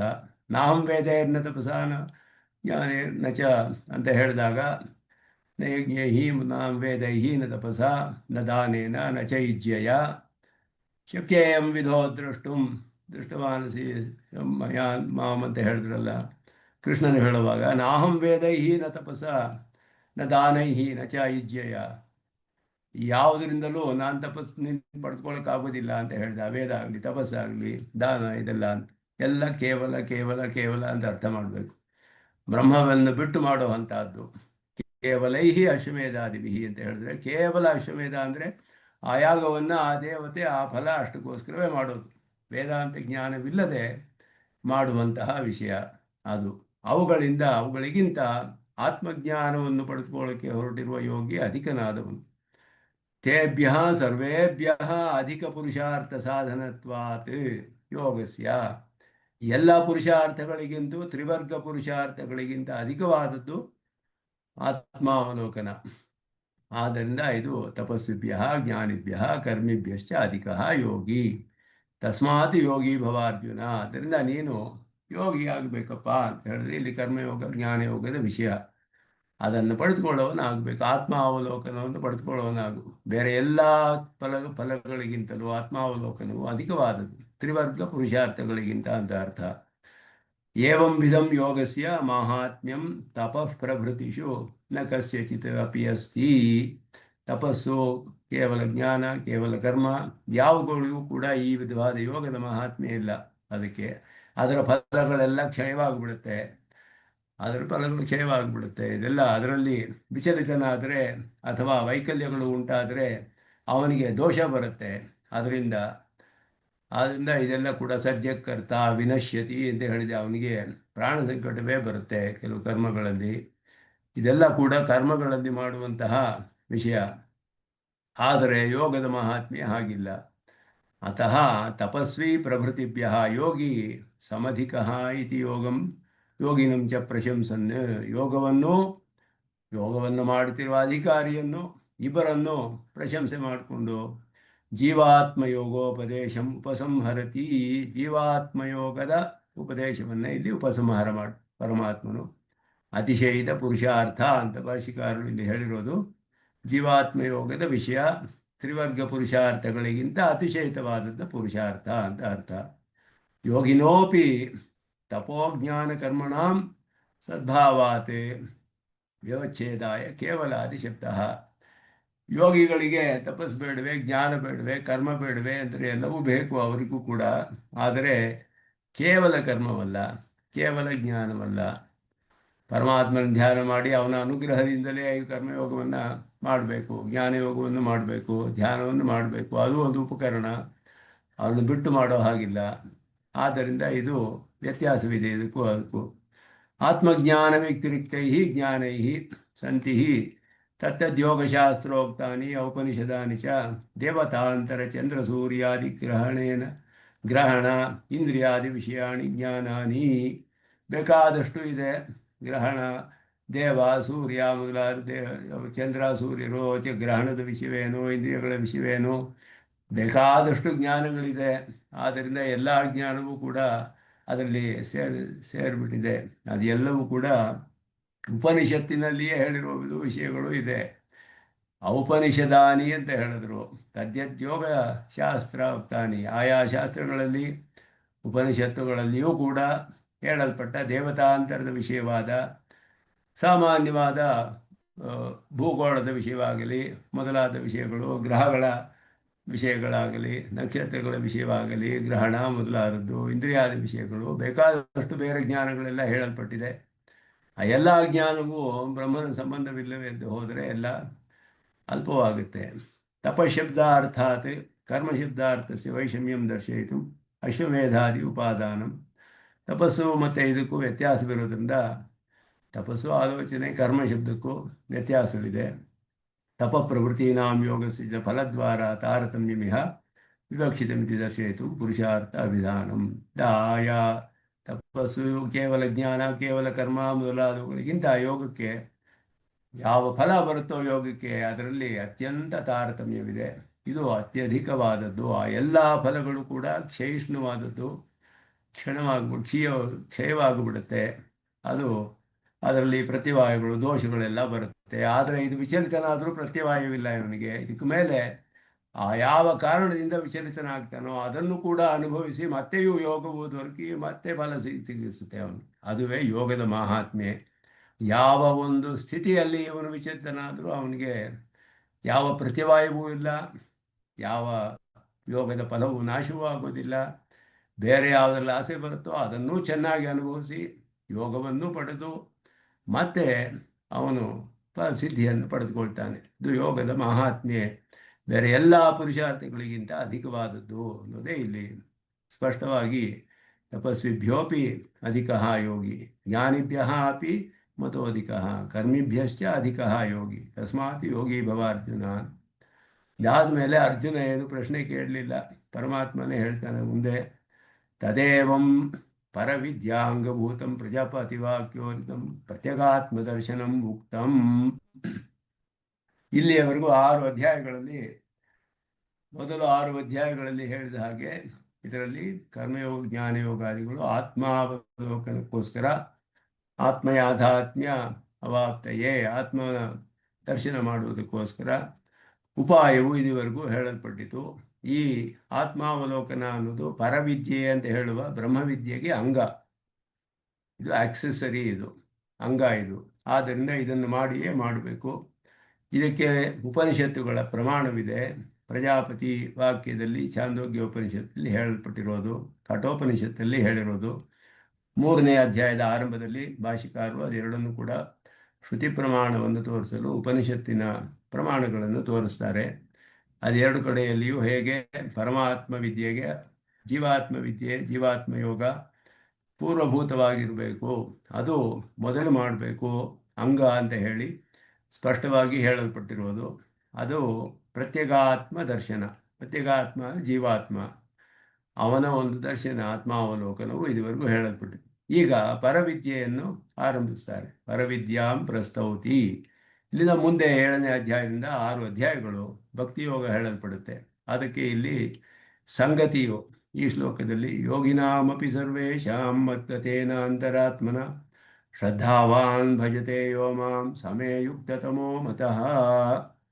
ಯೋಗಿಯ ಒಂದು ಮಹಾತ್ಮೆಯಲ್ಲಿ ಹೇಳಿ, ಅದಾದ ಮೇಲೆ ಈಗ ಈ ಯೋಗಿಗಿಂತಲೂ ಅತ್ಯಧಿಕನಾದವನು ಯಾರು ಅಂತ ಹೇಳಿದ್ರೆ, ಯಾರು ನನ್ನ ಧ್ಯಾನವನ್ನು ಮಾಡ್ತಾನೋ ಅವನು ಅಂತ ಕೃಷ್ಣನು ಹೇಳ್ತಾ ಇದ್ದಾನೆ. ಯೋಗಿನಾಮಪಿ ಸರ್ವೇಷಾಂ ಮದ್ಗತೇನ ಅಂತರಾತ್ಮನ ಸರ್ವೇಷಾಂ ಯೋಗಿನಾಮಪಿ. ಹಾಗೆ ಎರಡು ಮಾಡಬೇಕು. ಎಲ್ಲರಿಗಿಂತಲೂ ಅಂದರೆ ತಪಸ್ವಿಗಳು, ಜ್ಞಾನಿಭ್ಯ ಕರ್ಮಿಭ್ಯ ಯೋಗಿಭ್ಯ ಅಪಿ ಅಂತ ಅರ್ಥ ಇಲ್ಲಿ. ಯೋಗಿಗಳಿಗಿಂತಲೂ ಅಂತ ಅರ್ಥ ಇಲ್ಲಿ. ತಪಸ್ವಿಗಳು ಕರ್ಮಿಗಳು ಹೇಗೆ ಹೇಳಲ್ಪಟ್ಟಿತೋ, ಕೇವಲ ಕರ್ಮ, ಕೇವಲ ತಪಸ್ಸು, ಕೇವಲ ಜ್ಞಾನ, ಆತ್ಮ ವ್ಯತಿರಿಕ್ತ ಜ್ಞಾನ, ಹೀಗೆ ಅವರಿಗಿಂತ ಯೋಗಿ ಅತಿಕು ಅಂತ ಹೇಳಿದ್ರೆ, ಆ ಯೋಗಿಗಿಂತಲೂ ಅಧಿಕನಾದವನು, ಅವರಿಗಿಂತಲೂ ಯೋಗಿಗಿಂತಲೂ, ಯೋಗಿಯನ್ನು ಅವ್ರ ಜೊತೆ ಸೇರಿಸಿ ಸರ್ವೇಶಾಂ ಯೋಗಿನಾಮಪಿ ಅಂತ ಹೇಳಿ, ಯೋಗಿನಾಮ್ ಅನ್ನೋದು ಇಲ್ಲಿ ಪಂಚಮಿ ವಿಭಕ್ತಿ ಅಂತ ಹೇಳ್ತಾರೆ, ಯೋಗಿಗಳಿಗಿಂತಲೂ ಅಂತ ಅರ್ಥ ತಗೋಬೇಕು. ಮದ್ಗತೇನ ಅಂತರಾತ್ಮನ, ಪರಮಾತ್ಮನ ನನ್ನನ್ನೇ ಧ್ಯಾನ ಮಾಡಿ ಮನಸ್ಸನ್ನು ನನ್ನಲ್ಲಿ ನಿಲ್ಲಿಸಿ, ಯಾರು ಶ್ರದ್ಧಾವಾನ್, ಶ್ರದ್ಧೆಯಿಂದ, ತ್ವರೆಯಿಂದ, ಶ್ರದ್ಧೆಗೆ ತ್ವರೆ ಅಂತ ಇಲ್ಲಿ ಭಾಷಿಕಾರರು ವ್ಯಾಖ್ಯಾನ ಮಾಡ್ತಾರೆ. ಗೀತೆಯಲ್ಲಿ ವಿಶೇಷವಾಗಿ ಅನೇಕ ಕಡೆ ಶ್ರದ್ಧಾ ಶಬ್ದಕ್ಕೆ ತ್ವರೆ ಅಂತ ಮಾಡ್ತಾರೆ. ಹರಿ ಅಂತ ಹೇಳಿ ಅವಸರ ಪಡಬೇಕು, ತಕ್ಷಣ ಮಾಡೋ ಹಂಗೆ ಮಾಡಬೇಕು ಅಂತ ಅರ್ಥ, ಸಮಯ ವ್ಯರ್ಥ ಮಾಡಿದೆ. ತ್ವರಾವಾನ್ ಅಂತ ವ್ಯಾಖ್ಯಾನ ಮಾಡ್ತಾರೆ. ಭಜತೆ ಓ ಮಾಂ ಸಮಯಯುಕ್ತತಮೋ, ಅವನೇ ಎಲ್ಲದಕ್ಕಿಂತಲೂ ಅಧಿಕನಾದವನು ಅಂತ ನನ್ನ ಅಭಿಪ್ರಾಯ ಅಂತ ಕೃಷ್ಣನು ಹೇಳೋದು. ಯೋಗಿನಾಮಪೀತಿ ಪಂಚಮ್ಯರ್ಥೆ ಷಷ್ಠಿ, ಷಷ್ಠಿ ವಿಭಕ್ತಿಯಲ್ಲಿ ಇದ್ದರೂ ಅರ್ಥ ಪಂಚಮಿ ಅರ್ಥದಲ್ಲಿ ತೆಗೆದುಕೊಳ್ಬೇಕಿತ್ತು, ಪಂಚಮಿ ವಿಭಕ್ತಿಯ ಅರ್ಥವನ್ನು.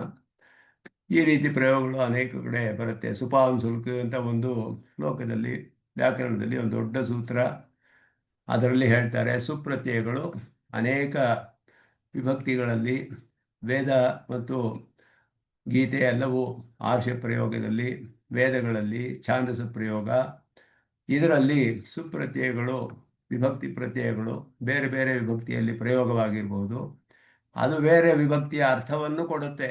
ಪ್ರಕರಣಕ್ಕೆ ಅನುಗುಣವಾಗಿ ನಾವು ತಿಳಿದುಕೊಳ್ಬೇಕು ಅದನ್ನು. ಯಾವ ವಿಭಕ್ತಿಯಲ್ಲಿ ಪ್ರಯೋಗವಿದೆಯೋ ಅದೇ ಅರ್ಥ ಎಲ್ಲ ಕಡೆಯೂ ಅಂತ ಹೇಳೋ ನಿಯಮವಿಲ್ಲ. ಆ ರೀತಿ ಅದಕ್ಕೋಸ್ಕರವೇ ಒಂದು ಸೂತ್ರವನ್ನು ಬರೆದರು ಪಾಣಿನಿ. ವೇದಗಳಲ್ಲಿ ಆರ್ಷ ಪ್ರಯೋಗದಲ್ಲಿ ಈ ರೀತಿ ಕಂಡು ಬರುತ್ತೆ ಅನೇಕ ಕಡೆ, ಆದ್ದರಿಂದ ಹೀಗೆ ನಾವು ತೆಗೆದುಕೊಳ್ಬೇಕು ಅದನ್ನು ಅಂತ ಹೇಳಿ ಒಂದು ದೊಡ್ಡ ಸೂತ್ರವನ್ನು ಬರೆದಿದ್ದಾರೆ. ಸುಪಾಂಸುಲ್ಕ ಅಂತ ಆರಂಭಿಸುತ್ತೆ, ದೊಡ್ಡ ಸೂತ್ರ. ಅದಕ್ಕೆ ಅನುಗುಣವಾಗಿ ಇಲ್ಲಿ ಪಾಣಿನಿಯ ವ್ಯಾಕರಣದ ಇದು ಕೂಡ ಇದೆ ಪ್ರಮಾಣ. ಪಂಚಮಿ ಅರ್ಥೇ ಷಷ್ಠಿ, ಷಷ್ಠಿ ವಿಭಕ್ತಿಯಲ್ಲಿದ್ದರೂ ಪಂಚಮಿ ವಿಭಕ್ತಿಯ ಅರ್ಥವನ್ನು ತೆಗೆದುಕೊಳ್ಬೇಕು ಅಂತ ಅರ್ಥ. ಸರ್ವಭೂತಸ್ಥಮಾತ್ಮಾನಂ ಇತ್ಯಾದಿನ ಚತುರ್ವಿಧ ಯೋಗಿನಃ ಪ್ರತಿಪಾದಿತಾ, ಇದು ದೊಡ್ಡ ವ್ಯಾಖ್ಯಾನ. ಇಲ್ಲಿ ಭಾಷಿಕಾರರು ಅದ್ಭುತವಾಗಿ ಪರಮಾತ್ಮನ ಎಲ್ಲ ಸ್ವರೂಪವನ್ನು, ಎಲ್ಲೆಲ್ಲಿ ಪರಮಾತ್ಮನ ವಿಷಯ ಬರುತ್ತೋ ಇನ್ನು ಮುಂದೆ ಯಾವ ಒಂದು ವಿಶೇಷಣವನ್ನು ಬಿಡದೆ ಎಲ್ಲವನ್ನು ಹೇಳ್ತಾರೆ ಭಾಷಿಕಾರರು. ಅವರಿಗೆ ಒಂದು ವಿಶೇಷಣ ಬಿಡೋದಕ್ಕೂ ಇಷ್ಟವಿಲ್ಲ.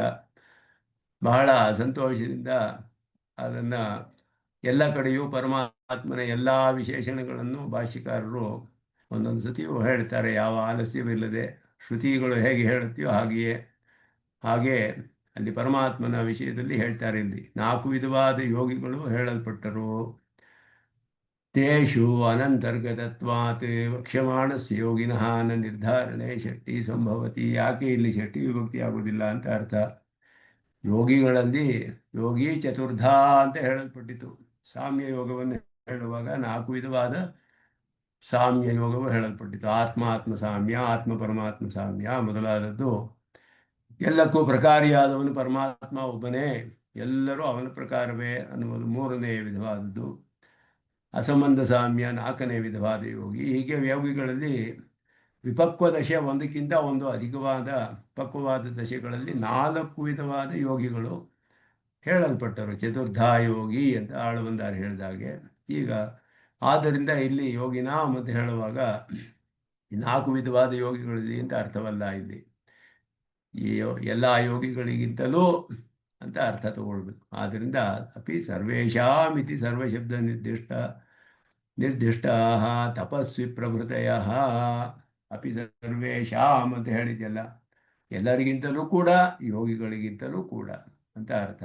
ಯೋಗಿಗಳಿಗೆ ಮತ್ತೆಲ್ಲರಿಗಿಂತಲೂ ಆಧಿಕ್ಯವನ್ನು ಹಿಂದಿನ ಶ್ಲೋಕದಲ್ಲಿ ಹೇಳಿ, ಇಲ್ಲಿ ಅವರೆಲ್ಲರಿಗಿಂತಲೂ ಯೋಗಿಗಳಿಗಿಂತಲೂ ಅಧಿಕನಾದವನು ಯಾರು ನನ್ನ ಧ್ಯಾನ ಮಾಡ್ತಾನೋ ಅವನು ಅಂತ ಕೃಷ್ಣನು ಹೇಳ್ತಾ ಇರೋದನ್ನು ಮುಂದೆ ಇಲ್ಲಿ ವ್ಯಾಖ್ಯಾನ ಮಾಡ್ತಾರೆ. ಇದು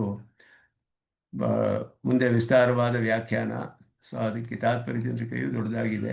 ಅದನ್ನು ಮುಂದೆ ಅನುಸಂಧಾನ ಮಾಡೋಣ ಅಂತ ಹೇಳಿ ಇಲ್ಲಿಗೆ ನಮಸ್ಕಾರಗಳನ್ನು ನಿಲ್ಲಿಸ್ಕೊಳ್ತೇನೆ. ಯೋ ನಿತ್ಯಮಚ್ಯುತ ಪದಾಂಬುಜ ಅಮೋಹತಃ ತರಿತರಾಣಿತನಾಯ ಮೇನೆ ಸ್ಮದ್ಗುರೋ ಭಗವತೋ ಶ್ರೀ ರಾಮಾನುಜಸ್ಯ ಜನ್ಮಂ ಸಿಂಹಾಯ ಕಲ್ಯಾಣ ಗುಣಶಾಯ ಶ್ರೀಮತೆ ವೆಂಕಟೇಶಾಯ ವೇದಾಂತ ಗುರವೇ ನಮಃ. ಶ್ರೀಮತೆ ನಿಗಮಾಂತ ಮಹಾದೇಶಾಯ ಓಂ ಶ್ರೀ ಕೃಷ್ಣ